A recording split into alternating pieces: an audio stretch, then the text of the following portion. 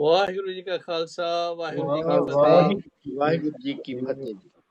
ਸਾਡੇ ਮੇਰਾ ਨਾਮ ਜੀ ਡਾਕਟਰ ਕਿਰਪਾਲ ਸਿੰਘ। ਸਾਡਾ ਪ੍ਰੋਗਰਾਮ ਹੈ ਵੌਇਸ ਆਫ ਮਾਨਵਤਾ ਟੀਵੀ ਬਾਈ courtesy of ਸਰਦਾਰ ਮੇਘਰਾਜ ਸਿੰਘ। ਤੇ name of our program is Tips for Good Life or ਸੁਖੀ ਜੀਵਨ ਦੇ ਰਾਜ਼। ਤੇ I want to take this chance to welcome all the audience as well as the participants. Please note that this is your program, so subscribe it if you haven't already done, and also support it financially whichever way you can, and also encourage your friends to support the program so that we can make it more and more useful. And if you have any questions, then please send them to Meghraj Singh. We'll try to answer them in our next program. So always remember, this is your program.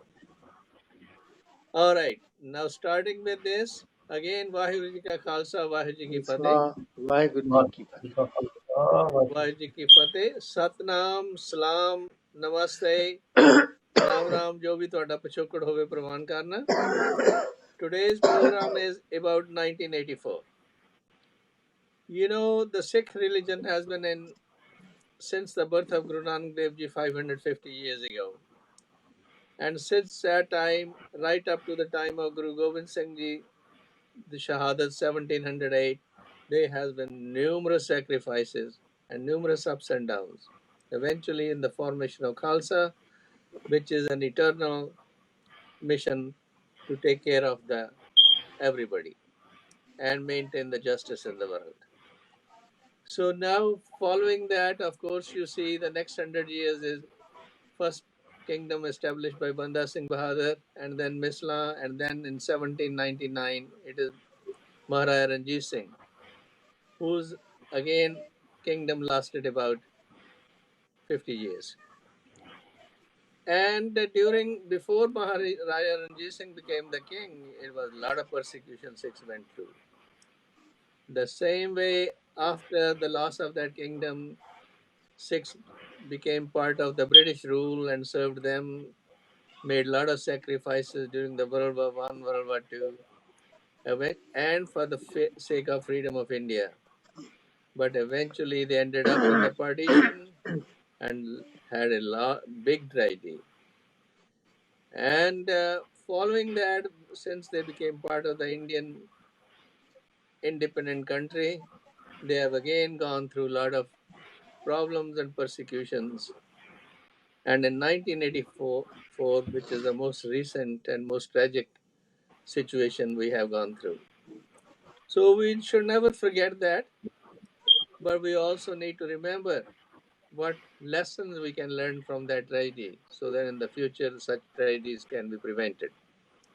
So now I'm going to turn to our guest, Gyani Meher Singh Ji, who will help us to understand about 1984. ਅੱਛਾ ਗਿਆਨੀ ਜੀ, ਤੁਹਾਡੇ ਖਿਆਲ ਅਨੁਸਾਰ ਜਿਹੜਾ 1984 ਦਾ ਸਾਕਾ ਹੋਇਆ ਏਡਾ ਵੱਡਾ ਹੋਇਆ ਵੀ ਉਦੋਂ ਆ ਜਦੋਂ ਗੁਰੂ ਅਰਜਨ ਦੇਵ ਦਾ ਸ਼ਹੀਦੀ ਗੁਰਪੁਰਬ ਸੀ, ਤੇ ਜੂਨ 1 ਤੋਂ ਆਈ ਥਿੰਕ ਜੂਨ 6 ਤਾਈਂ ਚੱਲਦਾ ਰਿਹਾ, ਤੇ ਉਹਦੇ ਵਿੱਚ ਬਹੁਤ ਭਾਰੀ ਨੁਕਸਾਨ ਹੋਇਆ। ਤੇ ਉਹ ਜਿਹੜਾ ਨੁਕਸਾਨ ਇੰਨਾ ਜ਼ਿਆਦਾ ਹੋਇਆ, ਇੰਨੇ ਕੌਮ ਦੇ ਸ਼ਹੀਦ ਹੋ ਗਏ, ਉਹਨਾਂ ਦੇ ਹੁਣ ਕੀ ਕਾਰਨ ਨੇ, ਉਹ ਤਾਂ ਅਨੇਕਾਂ ਨੇ, ਬਹੁਤ ਲੋਕ ਡਿਸਕਸ ਕਰਦੇ ਰਹੇ ਨੇ ਤੇ ਕਰਦੇ ਰਹਿਣਗੇ ਵੀ।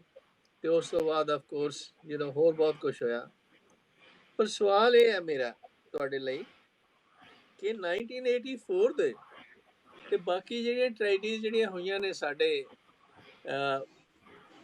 ਧਰਮ ਦੇ ਨਾਲ, ਸਾਡੀ ਕੌਮ ਦੇ ਨਾਲ, ਸਟਾਰਟਿੰਗ ਤੋਂ ਗੁਰੂ ਨਾਨਕ ਦੇਵ ਜੀ ਦੇ ਜਨਮ ਤੋਂ, ਉਹਨਾਂ ਤੋਂ ਅਸੀਂ ਸਬਕ ਕੀ ਸਿੱਖਿਆ? ਸੋ 1984 ਤੋਂ ਤੁਹਾਡੇ ਖਿਆਲ ਅਨੁਸਾਰ ਮੇਜਰ ਸਬਕ ਕੀ ਸਿੱਖਿਆ, ਤਾਂ ਕਿ ਅਸੀਂ ਫਿਊਚਰ ਦੇ ਵਿੱਚ ਆਪਣਾ ਜਿਹੜਾ ਭਵਿੱਖ ਆ ਉਹਨੂੰ ਸੰਭਲ ਕੇ ਚੱਲ ਸਕੀਏ ਤੇ ਇਹੋ ਜਿਹੀਆਂ ਘਟਨਾਵਾਂ ਦੁਬਾਰਾ ਨਾ ਹੋਣ। ਗਿਆਨੀ ਜੀ, ਆਪਣੇ ਵਿਚਾਰ ਦੱਸੋ ਇਸ ਬਾਬਤ। ਮੈਨੂੰ ਕਿਹਾ ਜੀ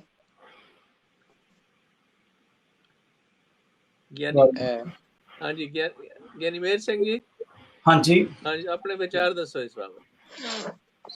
ਆਪ ਸਰਬੱਤ ਸੰਗਤਾਂ ਨੂੰ ਜੋ ਵੀ ਸੁਣ ਰਹੀਆਂ ਹਨ ਇਸ ਟਾਈਮ, ਤੇ ਸਾਰਿਆਂ ਨੂੰ ਗੁਰਫਤਿਹ। ਵਾਹਿਗੁਰੂ ਜੀ ਕਾ ਖਾਲਸਾ, ਵਾਹਿਗੁਰੂ ਜੀ ਕੀ ਫਤਿਹ।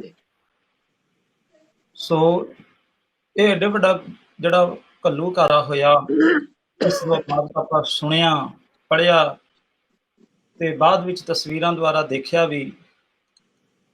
ਤੇ ਇਹਦੇ ਜਿਹੜੇ ਕਾਰਨ ਤੇ ਇਸ ਤਕਰੀਬਨ ਬਹੁਤ ਲੰਬੇ ਸਮੇਂ ਤੋਂ ਸਾਰੇ ਬੱਚਾ ਪੰਥ ਦਾ ਅੱਜ ਜਾਣਦਾ ਹੈ।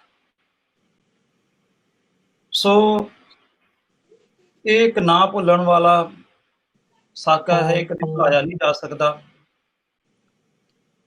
ਤੇ ਜਦੋਂ ਵੀ ਇਹ ਦਿਹਾੜੇ ਆਉਣਗੇ ਤੇ ਸਾਰੇ ਸ਼ਹੀਦ ਸਿੰਘਾਂ ਨੂੰ ਸਾਰਾ ਪੰਥ ਯਾਦ ਕਰੇਗਾ। ਸੋ ਇਹ ਬਹੁਤ ਵੱਡਾ ਜਿਹੜਾ ਸੀ ਦੁੱਖ ਭਰੀ ਘਟਨਾ ਸੀ।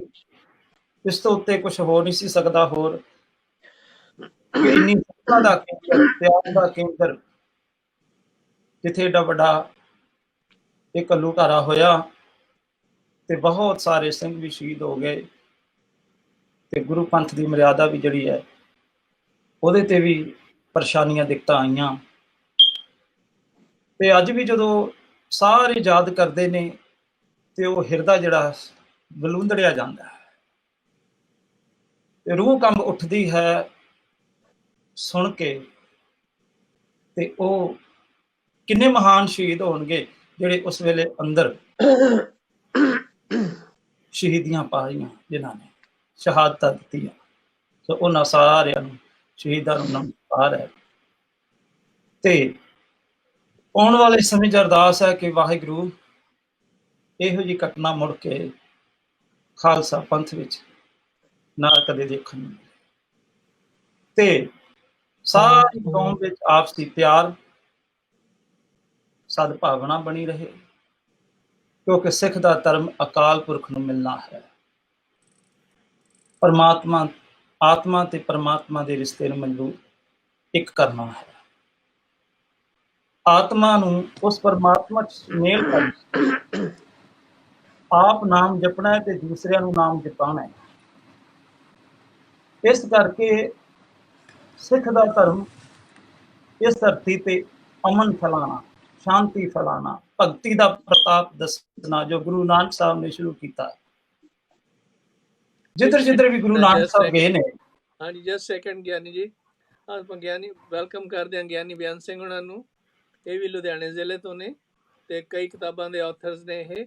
ਗਿਆਨੀ ਜੀ, ਸਾਡੀ ਗੱਲਬਾਤ ਹੋ ਰਹੀ ਹੈ ਗਿਆਨੀ ਮੇਹਰ ਸਿੰਘ ਉਹਨਾਂ ਦੇ ਨਾਲ ਕਿ ਵੀ 1984 ਦੇ ਘੱਲੂਘਾਰੇ ਤੋਂ ਅਸੀਂ ਕੀ ਸਬਕ ਸਿੱਖ ਸਕਦੇ ਹਾਂ। ਹਾਂਜੀ, ਕਰੋ ਗਿਆਨੀ ਮੇਹਰ ਸਿੰਘ ਜੀ, ਕੰਟੀਨਿਊ ਕਰੋ ਨਾ, ਫਿਰ ਸ਼ੁਰੂ ਕਰ ਲਓ। ਬੇਨਤੀ ਇਹ ਕਿ ਗੁਰੂ ਨਾਨਕ ਸਾਹਿਬ ਮਹਾਰਾਜ ਦਾ ਜੋ ਮਿਸ਼ਨ ਹੈ ਉਹ ਸਾਰੀ ਮਨੁੱਖਤਾ ਨੂੰ ਇੱਕ ਕਰਨ ਦਾ, ਇੱਕ ਨਜ਼ਰ ਨਾਲ ਦੇਖਣ ਦਾ, ਏਕਤਾ ਦਾ, ਪਰਮਾਤਮਾ ਦੇ ਚਰਨਾਂ ਦੇ ਨਾਲ ਸਾਰਿਆਂ ਨੂੰ ਜੋੜਨ ਦਾ ਸੀ। ਆਪ ਨਾਰਾਇਣ ਕਲਾਧਾਰ ਜਗ ਮਾਤਾ ਬਰੇ, ਆਪ ਦੀ ਭਾਵਨਾ ਨੂੰ ਸਾਰੀ ਮਨੁੱਖਤਾ ਨੂੰ ਪਿਆਰ ਕਰਨਾ, ਇਹ ਗੁਰੂ ਨਾਨਕ ਸਾਹਿਬ ਦਾ ਮਿਸ਼ਨ ਹੈ। ਸਭ ਦਾ ਭਲਾ ਕਰਨਾ, ਸਭ ਦਾ ਭਲਾ ਮੰਗਣਾ ਤੇ ਸਦਾ ਹੀ ਭਲਾ ਕਰਦੇ ਰਹਿਣਾ।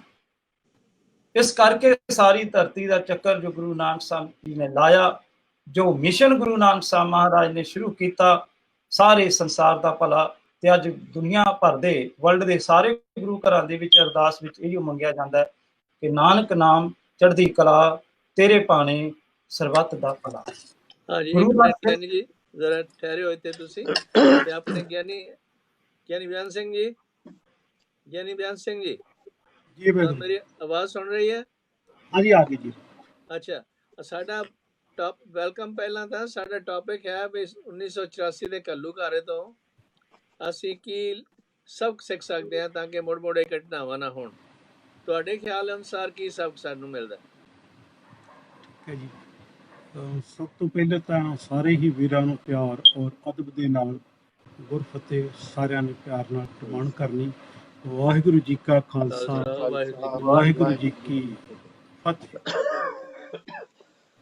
ਮੈਂ ਇਹੀ ਚੱਲਦੇ ਪ੍ਰੋਗਰਾਮ ਆਪ ਜੀ ਦੇ ਨਾਲ ਹਾਜ਼ਰ ਹੋਇਆ ਹਾਂ ਤੇ ਜੋ ਆਪ ਜੀ ਨੇ ਸੰਦੇਸ਼ ਸਾਨੂੰ ਸਾਰਿਆਂ ਨੂੰ ਦੱਸਿਆ ਹੈ,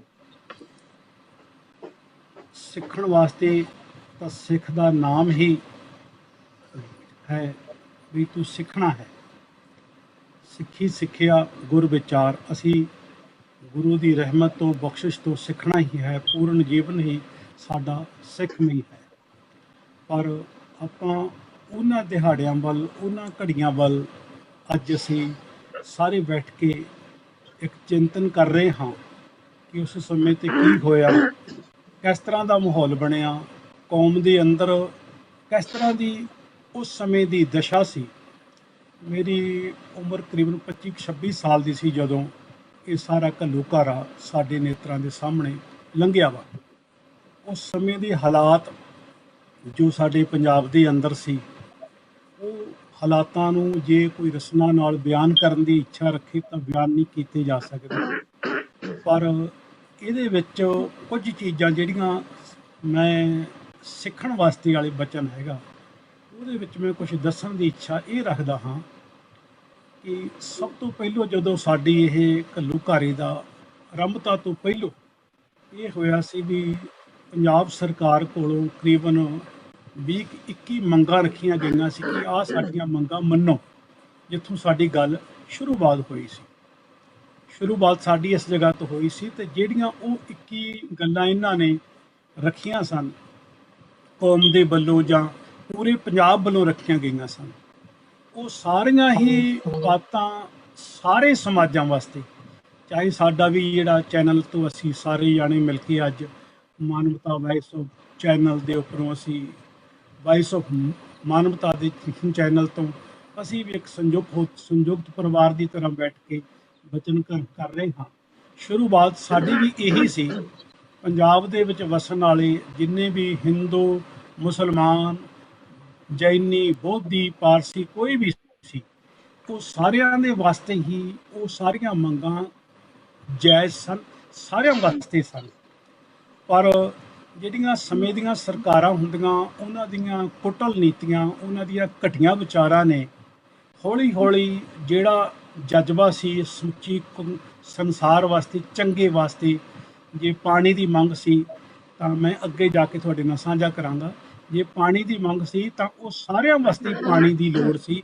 ਪੰਜਾਬ ਵਿੱਚ ਬੈਠਾ ਹੋਇਆ ਹਿੰਦੂ ਵਾਸਤੇ ਵੀ ਲੋੜ ਸੀ ਤੇ ਜਿਹੜੇ ਦੂਜੇ ਬੰਦੇ ਬੈਠੇ ਆ ਮੁਸਲਮਾਨ, ਉਹਨਾਂ ਵਾਸਤੇ ਵੀ ਲੋੜ ਸੀ। ਕੇਵਲ ਸਿੱਖ ਹੀ ਨਹੀਂ ਪਾਣੀ ਪੀਂਦੇ, ਬਾਕੀ ਵੀ ਪਾਣੀ ਪੀਂਦੇ ਸਨ। ਯਾਨੀ ਜੀ ਇਹ ਤਾਂ ਇਹ ਗੱਲ ਸਾਰੀਆਂ ਯਾਨੀ ਜੀ ਇਹ ਸਾਰੀਆਂ ਮੇਰੇ ਬੱਚੇ ਨੂੰ ਪੂਰਾ ਹੋ ਗਿਆ। ਯਾਨੀ ਆਪਣੇ ਐਕਸਕਿਊਜ਼ ਮੀ ਗਿਆਨੀ ਬਿਆਨ ਸਿੰਘ ਜੀ, ਜੀ ਪਲੀਜ਼ ਫੋਕਸ ਔਨ ਕਿ ਵੀ ਅਸੀਂ ਸਬਕ ਕੀ ਸਿੱਖ ਸਕਦੇ ਹਾਂ ਇਸ ਤੋਂ।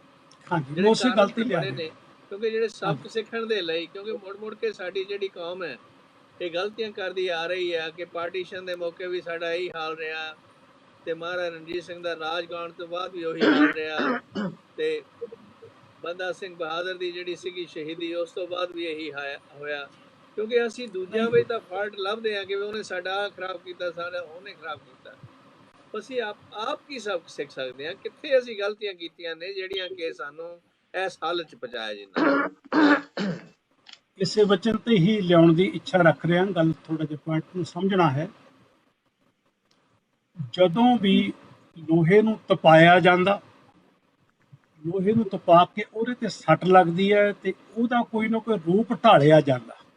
ਇਹ ਮਤਾ ਕਿਤੇ ਅਸੀਂ ਭੁਲੇਖੇ ਵਿੱਚ ਪੈ ਜਾਈਏ ਕਿ ਬਾਬਾ ਬੰਦਾ ਸਿੰਘ ਬਹਾਦਰ ਦੀ ਉਹ ਮਹਾਨ ਸ਼ਹਾਦਤ ਤੋਂ ਬਾਅਦ, ਉਹਨਾਂ ਦੀ ਮਹਾਨ ਕੁਰਬਾਨੀ ਤੋਂ ਬਾਅਦ ਕੌਮ ਨੇ ਕੁਝ ਸਿੱਖਿਆ ਨਹੀਂ। ਇਹ ਮਤਾ ਕਿਤੇ ਭੁਲੇਖੇ 'ਚ ਪੈ ਜਾਈਏ ਵੀ ਜਿਹੜੇ ਸਾਡੇ ਪਿੱਛੇ ਜਿੰਨੇ ਰੰਗ ਸੀ ਯੁੱਧ ਲੜੇ ਨੇ ਜਾਂ ਸਾਡਾ ਹੋਇਆ, ਉਹਦੇ ਵਿੱਚ ਸਾਨੂੰ ਕੌਮ ਅੱਗੇ ਨਹੀਂ ਵਧੀ। ਇੱਥੇ ਇੱਕ ਵਚਨ ਹੀ ਤੁਹਾਡੀ ਮੈਂ ਸਾਰੀਆਂ ਹੀ ਗੱਲਾਂ ਦਾ ਇਕੱਠਾ ਜਵਾਬ ਹੀ ਦੇਣ ਦੀ ਇੱਛਾ ਰੱਖਦਾ ਹਾਂ। ਉਹ ਇਹ ਹੈ ਕਿ ਜਿਹੜੀਆਂ ਕੌਮਾਂ ਦੂਸਰੀਆਂ 5-5 ਹਜ਼ਾਰ ਸਾਲ ਤੱਕ ਕੁਝ ਨਾ ਕਰ ਸਕੀਆਂ ਤੇ ਅੱਜ ਵੀ ਪਿੱਛੇ ਬੈਠੀਆਂ ਨੇ, ਇਹ 550 ਸਾਲ ਦੀ ਕੌਮ ਨੇ ਜੇ ਠੋਕਰਾਂ ਖਾਧੀਆਂ, ਸ਼ਹੀਦੀਆਂ ਦਿੱਤੀਆਂ, ਅੱਜ ਪੂਰੀ ਵਰਲਡ ਲੈਵਲ ਦੇ ਉੱਪਰ ਪੂਰੀ ਦੁਨੀਆ ਦੇ ਵਿੱਚ ਸਾਡੀ ਕੌਮ ਦਾ ਸਿੱਖਿਆਪਨ ਹੈ। ਅੱਜ ਜਿਹੜੀ ਅਸੀਂ ਇਸ ਵਿਚਾਰ ਨੂੰ ਮੈਂ ਲੈ ਕੇ ਇਸ ਖਿਆਲ ਵਿੱਚ ਆ ਰਿਹਾ, ਕਿਉਂਕਿ ਸਾਡਾ ਜਿਹੜਾ ਚੈਨਲ ਆ ਉਹ ਮਾਨਵਤਾ ਦਾ ਹੈ, ਇਹ 'ਚੋਂ ਅਸੀਂ ਸਿੱਖਣਾ ਕੀ ਹੈ ਇਸ ਖਿਆਲ ਤੇ ਗੱਲ ਆ ਰਿਹਾ, ਧਿਆਨ ਦੇਣਾ। ਇਹ ਜਿਹੜੀ ਸਾਡੇ ਅੱਜ ਦੇ ਸਮੇਂ ਵਿੱਚ ਜਿਹੜੀ ਸਿੱਖ ਕੌਮ ਹੈ, ਬਹੁਤ ਵੱਡੇ ਆਕਾਰ ਵਿੱਚ, ਬੜੀ ਚੜ੍ਹਦੀ ਕਲਾ ਦੇ ਵਿੱਚ, ਕੋਈ ਇਹਦੇ ਵਿੱਚ ਢਹਿੰਦੀ ਕਲਾ ਦੀ ਗਿਰਾਵਟ ਵਾਲੀ ਗੱਲ ਨਹੀਂ। ਜਿੰਨਾ ਸਾਨੂੰ ਮਾਰਿਆ ਗਿਆ, ਜਿੰਨਾ ਸਾਨੂੰ ਕੁੱਟਿਆ ਗਿਆ, ਜਦੋਂ ਉਹ ਵੀ ਸਮਾਂ ਅੱਖਾਂ ਦੇ ਮੂਹਰੇ, ਤੁਹਾਡੇ ਵੀ ਸਾਰੇ ਤੁਸੀਂ ਤਕਰੀਬਨ ਮੇਰੀ ਹਮ ਉਮਰ ਤੋਂ ਹੀ, ਮੇਰੇ ਤੋਂ ਵੱਡੀ ਉਮਰ ਦੀ ਹੋਵੋਗੇ, ਸਾਰਿਆਂ ਨੇ ਵੇਖਿਆ ਕਿ ਉਸ ਸਮੇਂ ਉੱਪਰ ਜਦੋਂ ਸਾਡੇ ਗੁਰਸਿੱਖ ਆਪਣੀ ਸਿੱਖੀ ਦਾ ਕੌਲ ਨਿਭਾਉਣਾ ਸੀ, ਉਦੋਂ ਸਾਡੇ ਹੱਥ ਵਿੱਚ ਪਿਸਤੌਲ ਫੜਾਇਆ ਗਿਆ। ਜਦੋਂ ਸਾਡੇ ਹੱਥ ਵਿੱਚ ਅਸੀਂ ਖੇਤੀਬਾੜੀ ਕਰਕੇ ਪੰਜਾਲੀਆਂ ਫੜਨੀਆਂ ਸੀ, ਉਦੋਂ ਸਾਨੂੰ AK-47 ਫੜਾਈਆਂ ਗਈਆਂ। ਇਹ ਸਾਰੀਆਂ ਚੀਜ਼ਾਂ ਸਾਡੇ ਨੇਤਰਾਂ ਮੂਹਰੇ ਆਉਂਦੀਆਂ ਨੇ। ਪਰ ਸਾਡੀ ਕੌਮ ਜਦੋਂ ਵੀ ਸਾਨੂੰ ਜਿੰਨਾ ਵੀ ਕਿਸੇ ਨੇ ਮਾਰਿਆ, ਉਨਾ ਹੀ ਅਸੀਂ ਉੱਭਰ ਕੇ ਬਾਹਰ ਆਏ ਹਾਂ। ਅਸੀਂ ਪਿੱਛੇ ਨਹੀਂ ਰਹੇ, ਢਹਿੰਦੀ ਕਲਾ 'ਚ ਨਹੀਂ ਗਏ, ਨਾ ਅਸੀਂ ਨਿਰਾਸ਼ਾ 'ਚ ਗਏ ਹਾਂ। ਸਾਨੂੰ ਉਦੋਂ ਵੀ ਸਿੱਖਣ ਨੂੰ ਕੁਝ ਮਿਲਿਆ ਤੇ ਅਸੀਂ ਅੱਜ ਵੀ ਇਹਨਾਂ ਦੇ ਉੱਪਰ ਪੂਰਾ ਅਧਿਐਨ ਕਰਨਾ ਹੈ ਕਿ ਅਸੀਂ ਜਾਗਦੇ ਕਿਵੇਂ ਰਹਿਣਾ ਹੈ। ਹੁਣ ਜਾਗਦੇ ਕਿਵੇਂ ਰਹਿਣਾ, ਇਸ ਪੁਆਇੰਟ ਨੂੰ ਧਿਆਨ ਨਾਲ ਸੁਣਨਾ। ਸਾਰੀ ਕੌਮ ਦੇ ਵਿੱਚ ਸਾਡੀਆਂ ਲੜਾਈਆਂ, ਝਗੜੇ, ਫਸਾਦ ਅੰਦਰੂਨੀ ਤੌਰ ਤੇ ਹਮੇਸ਼ਾ ਬਣੇ ਰਹਿੰਦੇ ਆ, ਜਿਹਨੂੰ ਅਸੀਂ ਪਿਆਰ ਨਾਲ ਕਹਿੰਦੇ ਆ ਖਾਲਸਾ ਸੋਏ, ਜੋ ਚੜੇ ਤਰੰਗ ਖਾਲਸਾ ਸੋਏ ਕਰੇ ਨਿਤ ਜੰਗ। ਅਸੀਂ ਆਪਸ ਵਿੱਚ ਵੀ ਜੰਗ ਯੁੱਧ ਕਰਦੇ ਰਹਿੰਦੇ ਹਾਂ। ਪਰ ਅੱਜ ਇਸ ਮਾਨਵਤਾ ਚੈਨਲ ਦੇ ਦੁਆਰਾ ਮੈਂ ਸਾਰੇ ਹੀ ਸਿੱਖ ਸਮਾਜਿਕ ਵੀਰਾਂ ਨੂੰ, ਕਿਉਂਕਿ ਅੱਜ ਵੀ ਪ੍ਰੋਗਰਾਮ ਅਨੇਕਾਂ ਸਰੋਤੇ ਸੁਣੇ ਜਾ ਰਹੇ ਨੇ ਤੇ ਇਸ ਤੋਂ ਬਾਅਦ ਵਿੱਚ ਵੀ ਪ੍ਰੋਗਰਾਮ ਸਾਡਾ ਇਹ ਲੋਕਾਂ ਨੇ ਸੁਣਨਾ ਹੈ। ਬਹੁਤ ਸਾਰੇ ਵੀਰਾਂ ਨੇ ਮੈਨੂੰ ਪਹਿਲੇ ਪ੍ਰੋਗਰਾਮਾਂ ਵਿੱਚ ਵੀ ਐਪਰੀਸ਼ੀਏਟ ਕੀਤਾ, ਸਾਡਾ ਪ੍ਰੋਗਰਾਮ ਬਾਅਦ ਵਿੱਚ ਵੀ ਲੋਕਾਂ ਨੇ ਸੁਣਨਾ ਹੈ। ਉਹ ਸਾਰੇ ਹੀ ਵੀਰਾਂ ਨੂੰ ਮੈਂ ਇੱਕੋ ਬੇਨਤੀ ਕਰਨੀ ਚਾਹੁੰਦਾ, ਜਦੋਂ ਕੋਈ ਕੌਮ ਦੇ ਉੱਪਰ ਆਪਦਾ ਆ ਜਾਵੇ, ਉਦੋਂ ਆਪਸੀ ਰੰਜਿਸ਼ਾਂ ਛੱਡ ਕੇ, ਆਪਸੀ ਲੜਾਈਆਂ ਛੱਡ ਕੇ ਧਰਮ ਧੜੇ ਛੱਡੋ, ਧਰਮ ਵਿੱਚ ਆਵੋ। ਬਸ ਆਹ ਸਾਡੀ ਸਿੱਖਿਆ, ਜੇ ਅਸੀਂ ਉਦੋਂ ਵੀ ਇਹ ਸਿੱਖਿਆ ਲਈ ਹੈ ਤੇ ਉਦੋਂ ਵੀ ਚੜ੍ਹਦੀ ਕਲਾ ਦੇ ਨਾਲ ਸ਼ਹੀਦੀਆਂ ਦਿੱਤੀਆਂ ਨੇ। ਕੌਮ ਦੇ ਵਿੱਚ ਇੱਕ ਨਵਾਂ ਉਹ ਜਲਜਲਾ ਆਇਆ, ਜਿਹਦੇ ਵਿੱਚ ਜਿਹੜੇ ਬੱਚੇ ਅਸੀਂ ਦੇਖੇ ਸੀ ਸਕੂਲਾਂ ਦੇ ਵਿੱਚ, ਜਿਹੜੇ ਲੋਕ ਪੱਗਾਂ ਨਹੀਂ ਸੀ ਬੰਨ੍ਹਦੇ, ਪੱਗਾਂ ਦਸਤਾਰਾਂ ਸਜਾਉਣ ਲੱਗ ਪਏ। ਕੇਸਰੀ ਕੇਸਰੀ ਪੰਜਾਬ ਦੇ ਵਿੱਚ ਸਾਰਾ ਮਾਹੌਲ ਹੋਇਆ। ਆਪਾਂ ਸਾਰਿਆਂ ਨੇ ਸਾਰਾ ਕੁਝ ਵੇਖਿਆ ਹੀ ਹੈ। ਜਿਹੜੀ ਸਿੱਖਿਆ ਪੂਰਵਕ ਹੈ ਕਿ ਇੱਥੋਂ ਮਨ ਨੂੰ ਨਿਰਾਸ਼ਤਾ ਵੱਲ ਨਹੀਂ ਲਿਜਾਣਾ, ਮਨ ਨੂੰ ਢਹਿੰਦੀ ਕਲਾ ਵੱਲ ਨਹੀਂ ਲਿਜਾਣਾ। ਤੇ ਇੱਥੇ ਸਾਨੂੰ ਕੋਈ ਬਾਹਰਲੀ ਕੌਮਾਂ ਜਾਂ ਬਾਹਰਲੀਆਂ ਸਰਕਾਰਾਂ ਨਹੀਂ ਮਾਰ ਸਕਦੀਆਂ। ਸਾਨੂੰ ਜਦੋਂ ਮਾਰਨਗੇ, ਅੰਦਰੂਨੀ ਵਾਲੇ ਸਾਡੇ ਮਾਰਨਗੇ। ਅੰਦਰੂਨੀ ਵਾਲਿਆਂ ਤੋਂ ਬਚ ਕੇ, ਜਾਂ ਅੰਦਰੂਨੀਆਂ ਨੂੰ ਬੇਨਤੀ ਹੈ ਜੇ ਉਹ ਸਾਡੇ ਨਾਲ ਖੜੇ ਹੋ ਜਾਣ ਤਾਂ ਅੱਜ ਵੀ ਸਾਡੀ ਕੌਮ ਨੂੰ ਕੋਈ ਨਾ ਮਾਰੇ।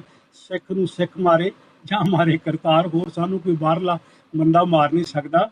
ਅੱਜ ਵੀ ਅਸੀਂ, ਸਾਡੀ ਕੌਮ ਬਹੁਤ ਚੜ੍ਹਦੀ ਕਲਾ 'ਚ ਆ। ਦੇਸ਼ਾਂ ਪ੍ਰਦੇਸ਼ਾਂ ਵਿੱਚ ਉਸ ਕੌਮ ਤੋਂ ਸਾਨੂੰ ਸਿੱਖਿਆ ਮਿਲੀ ਹੈ, ਉਹ ਸ਼ਹਾਦਤ ਤੋਂ ਸਾਨੂੰ ਸਮਝ ਪਈ ਹੈ ਕਿ ਅਸੀਂ ਕਿਵੇਂ ਜੀਵਨ ਜਿਉਣਾ ਹੈ। ਸੋ ਇਹਦਾ ਗਿਆਨੀ ਜੀ ਕੀ ਅਪਾਉ ਹੈ ਇਸ ਚੀਜ਼ ਦਾ? ਯਾਨੀ ਆਪਣੇ ਗਿਆਨੀ ਮੇਹਰ ਸਿੰਘ ਜੀ, ਇਹ ਚੀਜ਼ ਦਾ ਕੀ ਅਪਾਉ ਆ ਕਿ ਵੀ ਅਸੀਂ ਭਰਾ ਮਾਰੂ ਜੰਗ ਛੱਡ ਦਈਏ ਤੇ ਇਕੱਠੇ ਹੋਈਏ? ਇਹ ਚੀਜ਼ ਦਾ ਕੀ ਅਪਾਉ?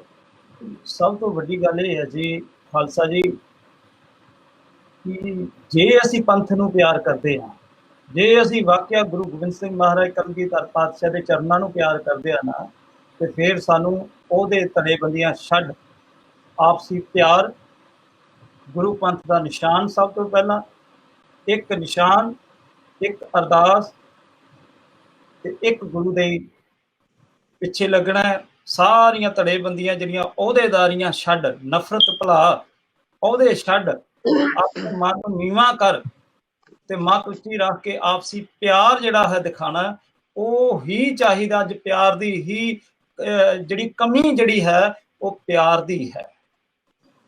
ਉਹ ਗੁਰੂ ਦੇ ਪਿਆਰ ਨੂੰ ਹਿਰਦੇ ਵਿੱਚ ਵਸਾਈਏ। ਗੁਰੂ ਵੱਡਾ, ਅਸੀਂ ਵੱਡੇ ਨਹੀਂ ਹਾਂ, ਸਾਡੇ ਉਹਦੇ ਕਿਸੇ ਕੰਮ ਨਹੀਂ ਹੈ, ਸਾਨੂੰ ਅਹੁਦਿਆਂ ਦੀ ਲੋੜ ਕੋਈ ਨਹੀਂ, ਸਾਡਾ ਨਾਂ ਦੇ ਝੰਡੇ ਝੂਲਣ ਕੋਈ ਲੋੜ ਨਹੀਂ ਹੈ। ਅੱਜ ਅਸੀਂ ਹੈ, ਕੱਲ ਨੂੰ ਨਹੀਂ, ਆਉਣ ਵਾਲੀਆਂ ਨਸਲਾਂ ਪੀੜ੍ਹੀਆਂ ਰਹਿਣਗੀਆਂ ਤੇ ਜਨਮ ਲੈਂਦੀਆਂ ਰਹਿਣਗੀਆਂ ਪੰਥ ਦੇ ਵਿੱਚ। ਇਸ ਕਰਕੇ ਇੱਕ ਨਿਸ਼ਾਨ ਦੇ ਪਿੱਛੇ ਹੀ ਸਾਰੇ ਪੰਥ ਨੂੰ ਚੱਲਣਾ ਚਾਹੀਦਾ ਹੈ। ਸਾਰਿਆਂ ਨੂੰ ਮਿਲ ਕੇ ਪਤਾ ਹੋਣਾ ਚਾਹੀਦਾ ਕਿ ਗੁਰੂ ਕਲਗੀਧਰ ਪਾਤਸ਼ਾਹ, ਦਸਮ ਪਾਤਸ਼ਾਹ ਗੁਰੂ ਗੋਬਿੰਦ ਸਿੰਘ ਮਹਾਰਾਜ ਦੀ ਕਲਗੀ ਅਜੇ UK ਦੇ ਵਿੱਚ ਪਈ ਹੈ। ਪਤਾ ਨਹੀਂ ਕਦੋਂ ਇੰਡੀਆ ਅਨੰਦਪੁਰ ਸਾਹਿਬ ਦੀ ਧਰਤੀ ਤੇ ਆਵੇ। ਸ਼ੇਰੇ ਪੰਜਾਬ ਦੀ ਕੁਰਸੀ ਸੋਨੇ ਦੀ ਅਜੇ UK ਦੇ ਵਿੱਚ ਪਈ ਹੈ। ਕੋਹੇ ਨੂਰ ਹੀਰਾ ਅਜੇ UK ਦੇ ਵਿੱਚ ਨਿਸ਼ਾਨੀ ਪੰਥ ਰਾਜ ਪੰਜਾਬ, ਜਿਹੜਾ ਆਪਣਾ ਪੰਜਾਬ ਸੀ ਆਪਣਾ। ਪਰ ਗਿਆਨੀ ਜੀ, ਤੁਸੀਂ ਗੱਤਕਾ ਸਿਖਾਦੇ ਆ, ਤੁਸੀਂ ਗੱਤਕੇ ਦੇ ਲੈਸਨ ਦਿੰਦੇ ਆ ਲੋਕਾਂ ਨੂੰ। ਦੇਖੋ, ਆਮ ਤੌਰ ਤੇ ਲੋਕਾਂ ਨੇ ਬਹੁਤ ਦੇ ਅੰਮ੍ਰਿਤ ਛਕਿਆ ਹੈ, ਪਾਨ ਵੀ ਪਾਈ ਹੋਈ ਹੈ, ਪਰ ਉਹਨਾਂ ਨੂੰ ਵਰਤਣ ਦਾ ਨਹੀਂ ਪਤਾ, ਨਾ ਇਹ ਸਮਝਿਆ ਕਿ ਵੀ ਇਹ ਕਿਰਪਾਨ ਦਾ ਮਤਲਬ ਕੀ ਹੈ ਪਾਉਣ ਦਾ। ਦੇਖੋ ਜੀ, ਇਹ ਇੱਕ ਆਤਮ ਰੱਖਿਆ ਵਾਸਤੇ ਹੈ। ਇਹ ਹਰ ਸਿੱਖ ਨੂੰ ਪਾਉਣ ਤੋਂ ਪਹਿਲਾਂ ਸ਼ਸਤਰ ਵਿਦਿਆ ਜ਼ਰੂਰ ਲੈਣ। ਸ਼ਸਤਰ ਵਿਦਿਆ ਕਿਉਂਕਿ ਇਹ ਕਿਸੇ ਦੇ ਹਮਲਾ ਕਰਨ ਵਾਸਤੇ ਨਹੀਂ, ਇਹ ਸੈਲਫ ਡਿਫੈਂਸ ਹੈ, ਆਤਮ ਰੱਖਿਆ ਵਾਸਤੇ ਹੈ ਤੇ ਪੰਥ ਦੀ ਰਾਖੀ, ਗਰੀਬਾਂ ਦੀ ਰਾਖੀ ਵਾਸਤੇ ਇਹ ਜਿਹੜਾ ਹੈ ਇਹ ਸ਼ਸਤਰ ਹੈ, ਜੋ ਗੁਰੂ 6ਵੇਂ ਪਾਤਸ਼ਾਹ ਮਹਾਰਾਜ ਤੋਂ ਸ਼ੁਰੂ ਹੋਇਆ। ਮਹਾਰਾਜ ਕਹਿੰਦੇ ਪੰਜ ਪਿਆਲੇ ਪੰਜ ਪੀਰ, 60 ਪੀਰ ਬੈਠਾ ਗੁਰ ਭਾਰੀ, ਅਰਜਨ ਕਾਇਆ ਪਲਟ ਕੇ ਮੂਰਤ ਹਰ ਗੋਬਿੰਦ ਸਵਾਰੀ, ਚੱਲੀ ਪੀੜੀ ਸੋਢੀਆਂ ਰੂਪ ਦਿਖਾਵਣ ਵਾਰੋ ਵਾਰੀ, ਦਲ ਭੰਜਨ ਗੁਰ ਸੂਰਮਾ ਵੱਡ ਜੋਧਾ ਬਹੁ ਪਰ ਉਪਕਾਰੀ। ਧੰਨ ਗੁਰੂ 6ਵੇਂ ਪਾਤਸ਼ਾਹ ਮਹਾਰਾਜ ਨੇ ਸ਼੍ਰੀ ਅਕਾਲ ਤਖਤ ਸਾਹਿਬ ਦੀ ਨੀਂਹ ਰੱਖੀ, ਕੇਸਰੀ ਨਿਸ਼ਾਨ ਸਾਹਿਬ ਚਲਾਏ। ਅੱਜ ਉਸੇ ਨਿਸ਼ਾਨ ਸਾਹਿਬ ਨੂੰ ਸਾਰਾ ਪੰਥ ਮੱਥਾ ਟੇਕੇ ਤੇ ਆਪਣੀਆਂ ਭਾਵਨਾਵਾਂ, ਉਹਦੇ ਜਿਹੜੇ ਦੁਨੀਆਦਾਰੀ ਦੇ ਉਹਦੇ ਸਮਝਿਆ ਉਹ ਛੱਡ ਕੇ ਭਾਈਚਾਰਾ ਬਣਾਓ ਤੇ ਕਹਿ ਲਓ ਕਿ ਸਾਡਾ ਅਕਾਲ ਤਖਤ ਉੱਚਾ ਹੈ, ਆਖੋ ਕਿ ਸਾਡਾ ਪੰਥ ਵੱਡਾ ਹੈ, ਅਸੀਂ ਕੁਝ ਵੀ ਨਹੀਂ ਆ। ਮੈਂ ਮੇਰੀ ਨੂੰ ਛੱਡ ਕੇ ਇੱਥੇ ਭਾਈਚਾਰਾ ਬਣਾਈਏ, ਨਫ਼ਰਤ ਦੀਆਂ ਕੰਧਾਂ ਢੇਰੀ ਕਰ ਦਈਏ, ਲਾਲਚਾਂ ਦੀਆਂ ਨਫ਼ਰਤ ਦੀਆਂ ਕੰਧਾਂ ਗਿਰਾ ਕੇ ਸਿਰਫ ਇੱਕੋ ਇੱਕ ਮਿਸ਼ਨ ਹੈ, ਅਸੀਂ ਰਹੀਏ ਨਾ ਰਹੀਏ, ਗੁਰੂ ਪਾਤਸ਼ਾਹ ਦਾ ਪੰਥ ਸਦਾ ਰਹੇਗਾ, ਚੜ੍ਹਦੀ ਕਲਾ ਚ ਰਹੇਗਾ। Thank you Giani ji. ਸਰਦਾਰ ਕਿਰਪਾਲ ਸਿੰਘ ਜੀ ਇੱਥੇ ਵਿਚਾਰ ਮੇਰੇ ਥੋੜੇ ਜਿਹੇ ਇਹਨਾਂ ਨਾਲੋਂ ਅਲੱਗ ਨੇ। ਵੀਰ ਜੀ ਨੇ ਬਾਰ-ਬਾਰ ਗਿਆਨੀ ਮੇਹਰ ਸਿੰਘ ਜੀ ਹੁਣਾਂ ਨੇ ਆਖਿਆ ਵੀ ਆਪੋ ਆਪਣੇ ਅਹੁਦੇ ਛੱਡੋ, ਥੱਲੇ ਨੂੰ ਆਵੋ। ਇਹ ਗੱਲਾਂ ਥੋੜ੍ਹੀਆਂ ਜਿਹੀਆਂ ਮੈਨੂੰ ਅੱਛੀਆਂ ਨਹੀਂ ਲੱਗੀਆਂ। ਹੁਣ ਧਿਆਨ ਦੇਣਾ ਥੋੜ੍ਹਾ ਜਿਹਾ। ਅਸੀਂ ਕੋਈ ਆਪਦੇ ਅਹੁਦੇ ਨਹੀਂ ਛੱਡਣੇ, ਕੋਈ ਦੂਸਰੇ ਪਾਸੇ ਨਹੀਂ ਜਾਣਾ। ਸਿਰਫ ਜਿਹੜੀ ਸਾਡੀ ਸੋਚ ਹੈ ਉਹ ਸੋਚ ਨੂੰ ਚੇਂਜ ਕਰਨਾ ਹੈ, ਜਿਹੜੀ ਸਾਡੀ ਪਲੈਨਿੰਗ ਹੈ ਉਹਨੂੰ ਚੇਂਜ ਕਰਨਾ ਹੈ। ਆਪਣੇ ਬੱਚਿਆਂ ਨੂੰ ਪੜ੍ਹਾਈਏ, ਐਜੂਕੇਟ ਕਰੀਏ ਔਰ ਉਹਨਾਂ ਨੂੰ ਪੜ੍ਹਾ ਕੇ ਚੰਗੇ ਤੋਂ ਚੰਗੇ ਅਹੁਦਿਆਂ 'ਤੇ ਸਾਡੇ ਬੱਚੇ, ਸਾਡੀ ਆਉਣ ਵਾਲੀ ਜਿਹੜੀ ਵੰਸ਼ ਹੈ ਉਹ ਵਧੀਆ ਤੋਂ ਵਧੀਆ MLA MP ਸਰਕਾਰਾਂ ਦੇ ਵਿੱਚ ਹਾਜ਼ਰ ਹੋਣ। ਜਿਵੇਂ ਵਿਦੇਸ਼ਾਂ ਦੇ ਵਿੱਚ ਕੈਨੇਡਾ, ਇੰਗਲੈਂਡ, ਤੁਹਾਡੇ ਮੈਂ ਸਾਰੇ ਹੀ ਮੁਲਕਾਂ ਵਿੱਚ ਮੇਰੇ ਗੇੜਾ ਲਾਇਆ ਹੋਇਆ ਹੈ। ਚੰਗੇ ਚੰਗੇ ਸਾਡੇ ਸਿੱਖ ਬੱਚੇ ਜਿਨ੍ਹਾਂ ਨੇ ਆ ਕੇ ਰਾਜਨੀਤੀ ਵਿੱਚ ਪੈਰ ਪਸਾਰੇ ਔਰ ਦੁਨੀਆ ਨੂੰ ਦੱਸਿਆ ਵੀ ਸਿੱਖ ਇਸ ਤਰ੍ਹਾਂ ਦਾ ਹੁੰਦਾ ਹੈ। ਅਹੁਦੇ ਉੱਚੇ ਤੋਂ ਉੱਚਿਆਂ ਨੂੰ ਅਹੁਦਿਆਂ ਨੂੰ ਅਸੀਂ ਹਾਸਲ ਕਰਨਾ। ਜਿਹੜੇ ਸਾਡੇ ਸ਼ਸਤਰ ਵਿਦਿਆ, ਠੀਕ ਹੈ ਵੀਰ ਜੀ ਦਾ ਕਰਮ ਹੈ ਕਿ ਇਹ ਗੱਤਕਾ ਸਿਖਾਉਣਾ, ਗੱਤਕੇ ਦੇ ਵਿੱਚ ਇਹਨਾਂ ਨੇ ਸ਼ਸਤਰ ਵਿਦਿਆ ਬਾਰੇ। ਸਾਡੀ ਆਤਮਾ ਦੇ ਵਾਸਤੇ ਸ਼ਸਤਰ ਦੀ ਕੋਈ ਲੋੜ ਨਹੀਂ। ਆਤਮਾ ਜਿਹੜੀ ਸਾਡੀ ਹੈ ਉਹਦੇ ਵਾਸਤੇ ਸ਼ਸਤਰ ਜਿਹੜਾ ਵਿਦਿਆ ਦੀ ਲੋੜ ਹੈ। ਸਰੀਰ ਦੀ ਸੁਰੱਖਿਆ ਵਾਸਤੇ ਸ਼ਸਤਰ ਦੀ ਲੋੜ ਹੈ। ਜਿਹੜਾ ਸਾਡਾ ਸਰੀਰ ਹੈ ਉਹਦੇ ਵਾਸਤੇ, ਜਿਹਨੂੰ ਅਸੀਂ ਡਿਫੈਂਸ ਆਖਦੇ ਹਾਂ, ਵੀ ਉਹਦੇ ਵਾਸਤੇ ਸਾਨੂੰ ਜੀਵਨ ਵਿੱਚ ਲੋੜ ਹੈ। ਪਰ ਉਹਦੀ ਲੋੜ ਵੀ ਸਾਡੀ ਹੁਣ ਸੀਮਾਬੰਦ ਹੋ ਕੇ ਰਹਿ ਗਈ ਹੈ। ਸਮੇਂ ਦੀਆਂ ਸਰਕਾਰਾਂ ਨੇ ਹਰ ਤਰ੍ਹਾਂ ਦੀ ਸਾਨੂੰ ਚੰਗੀ ਤੋਂ ਚੰਗੀ ਮਦਦ ਦਿੱਤੀ ਹੈ। ਅੱਜ ਸਾਨੂੰ ਜਿਹੜਾ ਸ਼ਸਤਰ ਚੁੱਕਣ ਦੀ ਲੋੜ ਹੈ, ਇਹ ਤਾਂ ਸਾਡੇ ਗੁਰੂ ਦੇ ਚਿੰਨ੍ਹ ਹੈ। ਅਸੀਂ ਆਪਣੇ ਗੁਰੂ ਦੇ ਚਿੰਨ੍ਹਾਂ ਨੂੰ ਸਨਮਾਨ ਨਾਲ, ਪਿਆਰ ਨਾਲ ਕੰਠ ਵਿੱਚ ਵੀ ਪਾਉਣਾ, ਗਲ ਵਿੱਚ ਵੀ ਪਾਉਣਾ ਔਰ ਉਹਦਾ ਸਨਮਾਨ ਕਰਨਾ, ਇੱਜ਼ਤ ਕਰਨਾ, ਗੱਤਕੇ ਰਾਹੀਂ ਬੱਚਿਆਂ ਨੂੰ ਸਿੱਖਿਅਤ ਕਰਨਾ, ਇਹ ਚੰਗੀ ਗੱਲ ਹੈ। ਸ਼ਸਤਰ ਵਿਦਿਆ ਭੁੱਲਣ ਨਾ ਅਸੀਂ ਆਪਦੇ ਅੱਗੇ ਵਧੀ ਜਾਈਏ। ਪਰ ਅੱਜ ਸਾਨੂੰ ਜਿਹੜੀ ਜ਼ਿਆਦਾ ਲੋੜ ਹੈ ਉਹ ਸ਼ਸਤਰ ਸਿੱਖਣ ਵਾਲੀ ਜਿਹੜੀ ਹੈ ਨਾ, ਸਿੱਖਿਆ ਦੀ ਲੋੜ ਹੈ, ਪੜ੍ਹਾਈ ਦੀ ਲੋੜ ਹੈ। ਜਿੰਨੀ ਵੱਧ ਤੋਂ ਵੱਧ ਪੜ੍ਹਾਈ ਕਰਕੇ ਚੰਗੇ ਤੋਂ ਚੰਗੇ ਅਹੁਦਿਆਂ 'ਤੇ ਜਿਹੜੇ ਬੰਦੇ ਬਿਠਾਉਣੇ ਆ, ਜਾਂ ਗੁਰੂ ਘਰ ਦੇ ਪ੍ਰਧਾਨ ਨੇ, ਸੈਕਟਰੀ ਨੇ, ਉਹ ਬੰਦੇ ਇਸ ਤਰ੍ਹਾਂ ਦੇ ਹੋਣੇ ਚਾਹੀਦੇ ਆ ਜਿਨ੍ਹਾਂ ਬੰਦਿਆਂ ਨੂੰ ਅਸੀਂ ਬਿਠਾਉਣ ਤੋਂ ਪਹਿਲਾਂ ਘੱਟੋ ਘੱਟ ਹੀ ਦੇਖੀਏ ਵੀ ਇਹਨਾਂ ਅੰਦਰ ਗੁਰਸਿੱਖੀ ਦੀ ਲਹਿਰ ਹੈ, ਗੁਰਸਿੱਖੀ ਨੂੰ ਕੁਝ ਜਾਣਦੇ ਵੀ ਹੈ, ਪਛਾਣਦੇ ਵੀ ਹੈ, ਕਿ ਸਿੱਖ ਧਰਮ ਨੂੰ ਜਾਣਦੇ ਨੇ। ਇਹ ਅਹੁਦੇ ਸਾਨੂੰ ਉੱਚੇ ਤੋਂ ਉੱਚੇ ਅਹੁਦੇ ਹਾਸਲ ਕਰਨੇ ਚਾਹੀਦੇ ਆ। ਉਹਨਾਂ ਅਹੁਦਿਆਂ 'ਤੇ ਬੈਠ ਕੇ ਸਾਨੂੰ ਜੀਵਨ ਨੂੰ ਅਗੇਤਰ ਵੱਲ ਨੂੰ ਤੋਰਨਾ। ਜੇ ਸਾਡੇ ਕੋਲੇ ਅਹੁਦਾ ਹੀ ਨਾ ਹੋਏ, ਸਾਰਿਆਂ ਨੇ ਅਹੁਦੇ ਛੱਡ ਕੇ ਅਸੀਂ ਥੱਲੇ ਚਲੇ ਗਏ ਤੇ ਅਹੁਦਿਆਂ 'ਤੇ ਬੈਠੇ ਹੋਣਗੇ ਹੋਰ। ਅੱਜ ਵੀ ਸਾਡੀ ਪੰਜਾਬ ਦੀ ਜਿਹੜੀ ਦੁਰਦਸ਼ਾ ਹੋਈ ਜਾ ਰਹੀ ਹੈ। ਅੱਜ ਦਾ ਸਾਡੇ ਲੁਧਿਆਣੇ ਦਾ DC ਅਗਰਵਾਲ ਬੈਠੇ ਨੇ, ਅੱਜ ਤੇ ਕੋਈ ਸਰਦਾਰ ਮੁੰਡਾ ਸਿੱਖ ਹੈ ਹੀ ਨਹੀਂ। ਜਿਹੜੀ ਤਰ੍ਹਾਂ ਨਾਲ ਬਹੁਤ ਘੱਟ ਸਾਡੇ ਕੋਲੇ ਇਸ ਮੌਕੇ ਹਨ। ਸਾਡੀ ਕੌਮ ਦੇ ਵਿੱਚ ਸਰਦਾਰਾਂ ਦੀ ਕੌਮ ਹੈ, ਅਸੀਂ ਸਰਦਾਰਾਂ ਵਾਂਗੂ ਜੀਣਾ ਹੈ। ਚੰਗੀਆਂ ਤੋਂ ਚੰਗੀਆਂ ਉਸ ਜਗ੍ਹਾ ਤੋਂ ਅਸੀਂ ਸਿੱਖਿਆ ਲੈਣੀ ਹੈ। ਉਸ ਸਮੇਂ ਦੇ ਉੱਪਰ ਵੀ ਜੇ ਧਿਆਨ ਮਾਰ ਕੇ ਵੇਖੀਏ, ਇੰਦਰਾ ਗਾਂਧੀ ਦੇ ਨਾਲ ਰਾਸ਼ਟਰਪਤੀ ਸਾਡਾ ਸਰਦਾਰ ਗਿਆਨੀ ਜੈਲ ਸਿੰਘ ਜੀ ਸਨ, ਉਸ ਸਮੇਂ ਗ੍ਰਹਿ ਮੰਤਰੀ ਮਨਮੋਹਨ ਸਿੰਘ ਜੀ ਸਨ, ਉਸ ਸਮੇਂ ਉੱਪਰ ਜਿਹੜਾ ਦਰਬਾਰ ਸਾਹਿਬ ਤੇ ਚੜ੍ਹਾਈ ਕਰਕੇ ਆਇਆ ਉਹ ਵੀ ਕੁਲਦੀਪ ਬਰਾੜ ਸੀ, ਅੱਗੇ ਵੀ ਬਰਾੜ ਸਨ। ਸਾਰੇ ਪਾਸੇ ਬਹੁਤ ਜਦੋਂ ਕੌਮ ਦੀ ਅਸੀਂ ਵੇਖਦੇ ਨਾ, ਇਹਦੇ ਵਿੱਚ ਠੀਕ ਹੈ ਸਾਡੀ ਨੌਜਵਾਨੀ ਦਾ, ਬੜੇ ਲੱਖਾਂ ਦੀ ਤਾਦਾਦ ਵਿੱਚ ਨੌਜਵਾਨੀ ਦਾ ਬਹੁਤ ਨੁਕਸਾਨ ਹੋਇਆ। ਪਰ ਉਹ ਨੁਕਸਾਨ ਦੇ ਮਗਰ ਜਦੋਂ ਅਸੀਂ ਨਿਸ਼ਾਨਾ ਵੇਖਦੇ ਹਾਂ, ਉਹ ਨਿਸ਼ਾਨਾ ਦੂਸਰੇ ਲੋਕ ਸਾਨੂੰ ਜਾਣ ਕੇ ਵਡਿਆਈ ਦੇ ਕੇ, ਸਾਨੂੰ ਜਾਣ ਕੇ ਉਸਤਤ ਕਰਕੇ, ਸਾਨੂੰ ਜਾਣ ਕੇ ਉਹਦੇ ਵਿੱਚ ਬਹੁਤ ਅੱਗੇ ਕਰਕੇ ਵੀ ਤੁਸੀਂ ਬਹਾਦਰ ਹੋ, ਤੁਸੀਂ ਇਸ ਚੀਜ਼ ਦਾ ਦੂਸਰੀਆਂ ਕੌਮਾਂ ਫਾਇਦਾ ਉਠਾ ਜਾਂਦੀਆਂ ਨੇ। ਇਸ ਚੀਜ਼ ਤੋਂ ਅੱਜ ਅਸੀਂ ਜਾਗਣਾ, ਉਸ ਸਿੱਖਿਆ ਦੀ, ਉਸ ਕੁਰਬਾਨੀ ਤੋਂ, ਮਹਾਂਪੁਰਸ਼ ਸੰਤ ਜਰਨੈਲ ਸਿੰਘ ਜੀ ਦੀ ਕੁਰਬਾਨੀ ਤੋਂ ਅੱਜ ਅਸੀਂ ਸਿੱਖਿਆ ਹੀ ਲੈਣੀ ਹੈ ਕਿ ਜਦੋਂ ਸਾਨੂੰ ਦੂਸਰਾ ਬੰਦਾ ਬਹੁਤ ਵਡਿਆਉਂਦਾ ਨਾ, ਅਸੀਂ ਉਹਦੀ ਵਡਿਆਈ 'ਚ ਆ ਕੇ ਸਭ ਕੁਝ ਭੁੱਲ ਕੇ ਉਸੇ ਪਾਸੇ ਨੂੰ ਤੁਰ ਪੈਂਦੇ ਹਾਂ। ਅਸੀਂ ਇਹ ਨਹੀਂ ਦੇਖਦੇ, ਅੱਜ ਹੁਣੇ ਵੀ ਆਹ ਜੋ ਕਰੋਨਾ ਦਾ ਬਹੁਤ ਵੱਡਾ ਚੱਲ ਕੇ ਗਿਆ ਹੈ ਤੇ ਚੱਲੀ ਜਾ ਰਿਹਾ ਹੈ, ਜਦੋਂ ਸਿੱਖਾਂ ਨੂੰ ਥੋੜ੍ਹਾ ਜਿਹਾ ਵਡਿਆਇਆ ਜੀ, ਇਹਨਾਂ ਦੇ ਗੁਰਦੁਆਰੇ ਹੀ ਜੀ ਲੰਗਰ ਤੋਂ ਬਿਨਾਂ ਨਹੀਂ ਸਰਦਾ, ਕੋਈ ਬਿਰਲਾ ਗੁਰਦੁਆਰੇ ਦਾ ਲੰਗਰ ਹੋਏਗਾ ਜਿਹਨੇ ਕਈਆਂ ਦੇ ਦੂਸਰੇ ਪ੍ਰਵਾਸੀ ਵੀਰਾਂ ਦੇ ਘਰ ਭਰ ਦਿੱਤੇ। ਤੇ ਸਿੱਖ ਵਿਚਾਰੇ ਆਪ ਜਿਹੜੇ ਗੁਰਦੁਆਰਿਆਂ 'ਚ ਗੁਣੀ ਗਿਆਨੀ ਰਾਗੀ ਪ੍ਰਚਾਰਕ ਜੋ ਸਾਡੀ ਸ਼੍ਰੇਣੀ ਸੀ, ਉਹ ਅੱਜ ਵੀ ਹੱਥ ਉਲਾਰਦੀ ਆ, ਅੱਜ ਵੀ ਡੀਕਦੀ ਆ। ਸਾਨੂੰ ਥੋੜ੍ਹੀ ਜਿਹੀਆਂ ਇਹਨਾਂ ਬਾਹਰਲੀਆਂ ਵਡਿਆਈਆਂ ਤੋਂ, ਸੋਭਾ ਤੋਂ, ਜਿਹੜੀਆਂ ਸਾਨੂੰ ਐਵੇਂ ਹੀ ਦੂਸਰੀਆਂ ਕੌਮਾਂ ਸਾਨੂੰ ਵਡਿਆਈਆਂ ਦੇ ਕੇ ਉਹਦਾ ਨਜਾਇਜ਼ ਫਾਇਦਾ ਉਠਾ ਜਾਂਦੀਆਂ ਨੇ, ਇਸ ਚੀਜ਼ ਤੋਂ ਅਸੀਂ ਜਾਗਣਾ ਵਾ। ਜਾਗ ਕੇ ਆਪਣੀ ਕੌਮ ਦੇ ਅੰਦਰ ਇੱਕ ਵਧੀਆ ਕ੍ਰਾਂਤੀਕਾਰੀ ਲੈ ਕੇ ਆਈਏ, ਬੱਚਿਆਂ ਨੂੰ ਪੜ੍ਹਾਈਏ, ਧਰਮ ਦੀ ਵਿੱਦਿਆ ਦਈਏ, ਸਿੱਖੀ ਦੀ ਵਿੱਦਿਆ ਦਈਏ, ਚੰਗੇ ਚੰਗੇ ਅਹੁਦਿਆਂ ਤੇ ਸਾਡੇ ਬੱਚੇ ਬੈਠਣ। ਇਸ ਅਸੀਂ ਉਸ ਜਿਹੜਾ ਸਾਡਾ ਘੱਲੂਘਾਰਾ ਹੋਇਆ ਉਹ 'ਚੋਂ ਸਿੱਖਣ ਨੂੰ ਇਹ ਹੈ। ਗੱਲ ਤੁਹਾਡੀ ਠੀਕ ਹੈ, ਇਹਦੇ 'ਚ ਚੰਗੇ ਖਿਆਲ ਨੇ ਤੁਸੀਂ ਪੇਸ਼ ਕੀਤੇ ਭਾਈ ਸਾਹਿਬ। ਪਰ ਸਾਡੇ ਹਾਂਜੀ ਦੀ ਬੇਨਤੀ ਇਹ ਹੈ ਵੀ ਸਾਡਾ ਜਿਹੜਾ ਅਹੁਦੇ ਛੱਡਣ ਦੀ ਵਿਚਾਰ ਹੈ ਉਹ ਇਸ ਕਰਕੇ ਹੈ ਵੀ ਸਾਨੂੰ ਅਹੁਦਿਆਂ ਨਾਲ ਪਿਆਰ ਨਾ ਰਹੇ। ਅਸੀਂ ਗੁਰੂ ਦੇ ਸਿੱਖ ਆ, ਜੇ ਕਿਤੇ ਉਹਦਾ ਨਹੀਂ ਸੰਭਾਲਿਆ ਜਾਂਦਾ ਤੇ ਛੱਡ ਦੇਣਾ ਚਾਹੀਦਾ, ਕੋਈ ਗੱਲ ਨਹੀਂ ਹੁੰਦੀ। ਪੰਥ ਦਾ ਪਿਆਰ ਸਭ ਤੋਂ ਵੱਡਾ ਹੈ, ਗੁਰੂ ਸਭ ਤੋਂ ਵੱਡਾ, ਹੋਰ ਪੰਥ ਸਾਡਾ ਬਹੁਤ ਵੱਡਾ ਹੈ, ਹੋਰ ਵੀ ਸਿਆਣੇ ਨੇ, ਉਹ ਆ ਕੇ ਉਹਦਾ ਸੰਭਾਲ ਲੈਣਗੇ। ਸਾਨੂੰ ਆਪਣੇ ਤਿਆਗ ਦੀ ਭਾਵਨਾ, ਯਾਨੀ ਕਿ ਸਿੱਖੀ ਦੇ ਵਿੱਚ ਤਿਆਗ ਦੀ ਭਾਵਨਾ ਹੈ, ਸਿਰਫ ਪਿਆਰ ਵਾਸਤੇ, ਹੋਰ ਨਹੀਂ। ਅਸੀਂ ਤਾਂ ਕਹਿੰਦੇ ਵੱਧ ਤੋਂ ਵੱਧ ਡਾਕਟਰ ਬਣ, ਪਾਇਲਟ ਬਣ ਸਿੱਖ, ਹਾਂਜੀ, ਤੇ ਖੋਪੜੀ ਨੂੰ ਲਾ ਕੇ ਪਿੱਛੇ ਰੱਖ ਕੇ ਟਿਊਮਰ ਕੱਟ ਕੇ ਪਰੇ ਫਿਰ ਤੋਂ ਜੋੜ ਦੇਣ, ਇਹ ਜਿਹੜੇ ਵਧੀਆ ਡਾਕਟਰ ਬਣਨ, ਉਹ ਭਾਵੇਂ ਗਰੀਬ ਪਰਿਵਾਰਾਂ ਦੇ ਸਿੱਖ ਬਣਨ, ਤੇ ਉਹਨਾਂ ਨੂੰ ਵੀ ਮੈਡੀਕਲ 'ਚ ਦਾਖਲਾ ਫ੍ਰੀ ਕਰਵਾਵੋ। ਜਿੰਨਾ ਪੰਥ ਦਾ ਖਜ਼ਾਨਾ ਉਹ ਮੈਡੀਕਲ ਤੇ ਖਰਚ ਕਰ ਦਿਓ, ਕੋਈ ਗੱਲ ਨਹੀਂ। ਡਾਕਟਰ ਬਣਾਓ, ਪਾਇਲਟ ਬਣਾਓ, ਇੰਜੀਨੀਅਰ ਬਣਾਓ, ਤਾਂ ਹੀ ਪੰਥ ਦੀ ਗਰੀਬੀ ਵੀ ਜਿਹੜੀ ਹੈ ਆਉਣ ਵਾਲੇ ਜਿਹੜਾ ਹੁਣ ਸਿੱਖ ਪਰਿਵਾਰ ਨੇ ਬਹੁਤ ਗਰੀਬੀ ਦੀ ਸਮੱਸਿਆ ਦੇ ਵਿੱਚ ਨੇ। ਪਿੰਡ ਪਿੰਡ ਸਰਚ ਕੀਤੀ ਜਾਵੇ ਤੇ ਪਤਾ ਲੱਗਦਾ।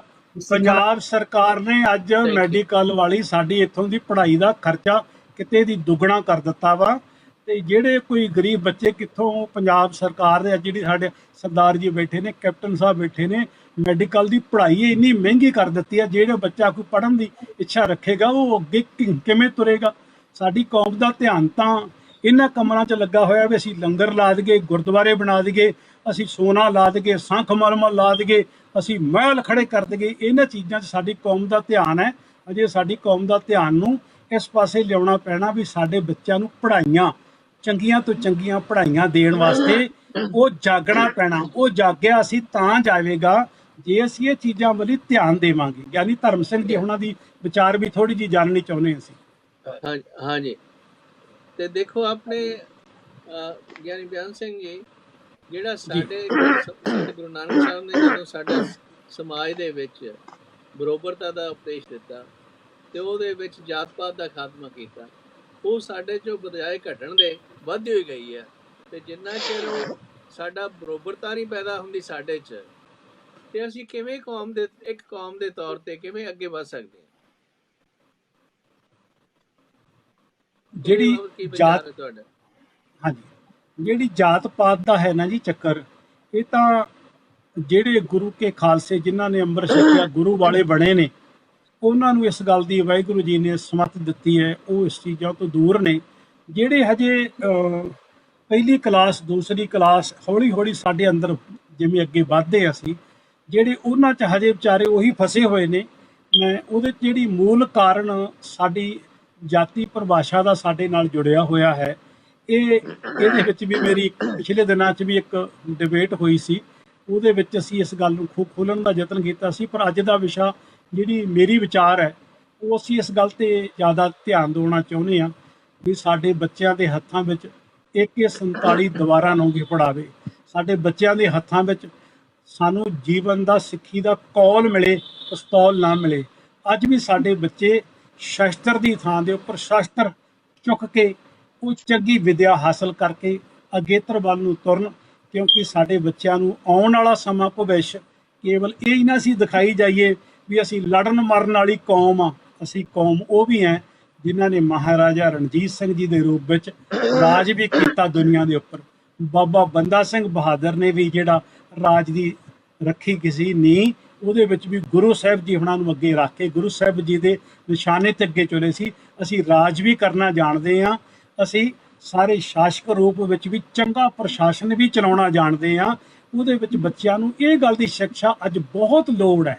ਸਾਡੇ ਬੱਚੇ ਭਟਕਦੇ ਤੁਰੇ ਜਾ ਰਹੇ ਆ।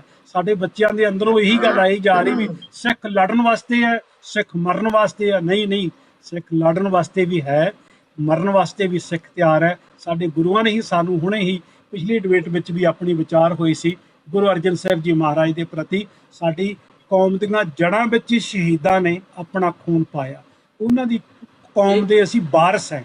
ਪਰ ਅੱਜ ਜਿਹੜੀ ਮੇਰੀ ਬੇਨਤੀ ਆ ਉਹ ਅਸੀਂ ਮਾਨਵਤਾ ਚੈਨਲ ਦੁਆਰਾ ਸਾਰੇ ਵੀਰਾਂ ਨੂੰ ਇਹ ਬੇਨਤੀ ਕਰਨ ਦੀ ਇੱਛਾ ਰੱਖਦੇ ਹਾਂ, ਬੱਚਿਆਂ ਨੂੰ ਪੜ੍ਹਾਓ, ਚੰਗੀ ਸਿੱਖਿਆ ਕਰੋ।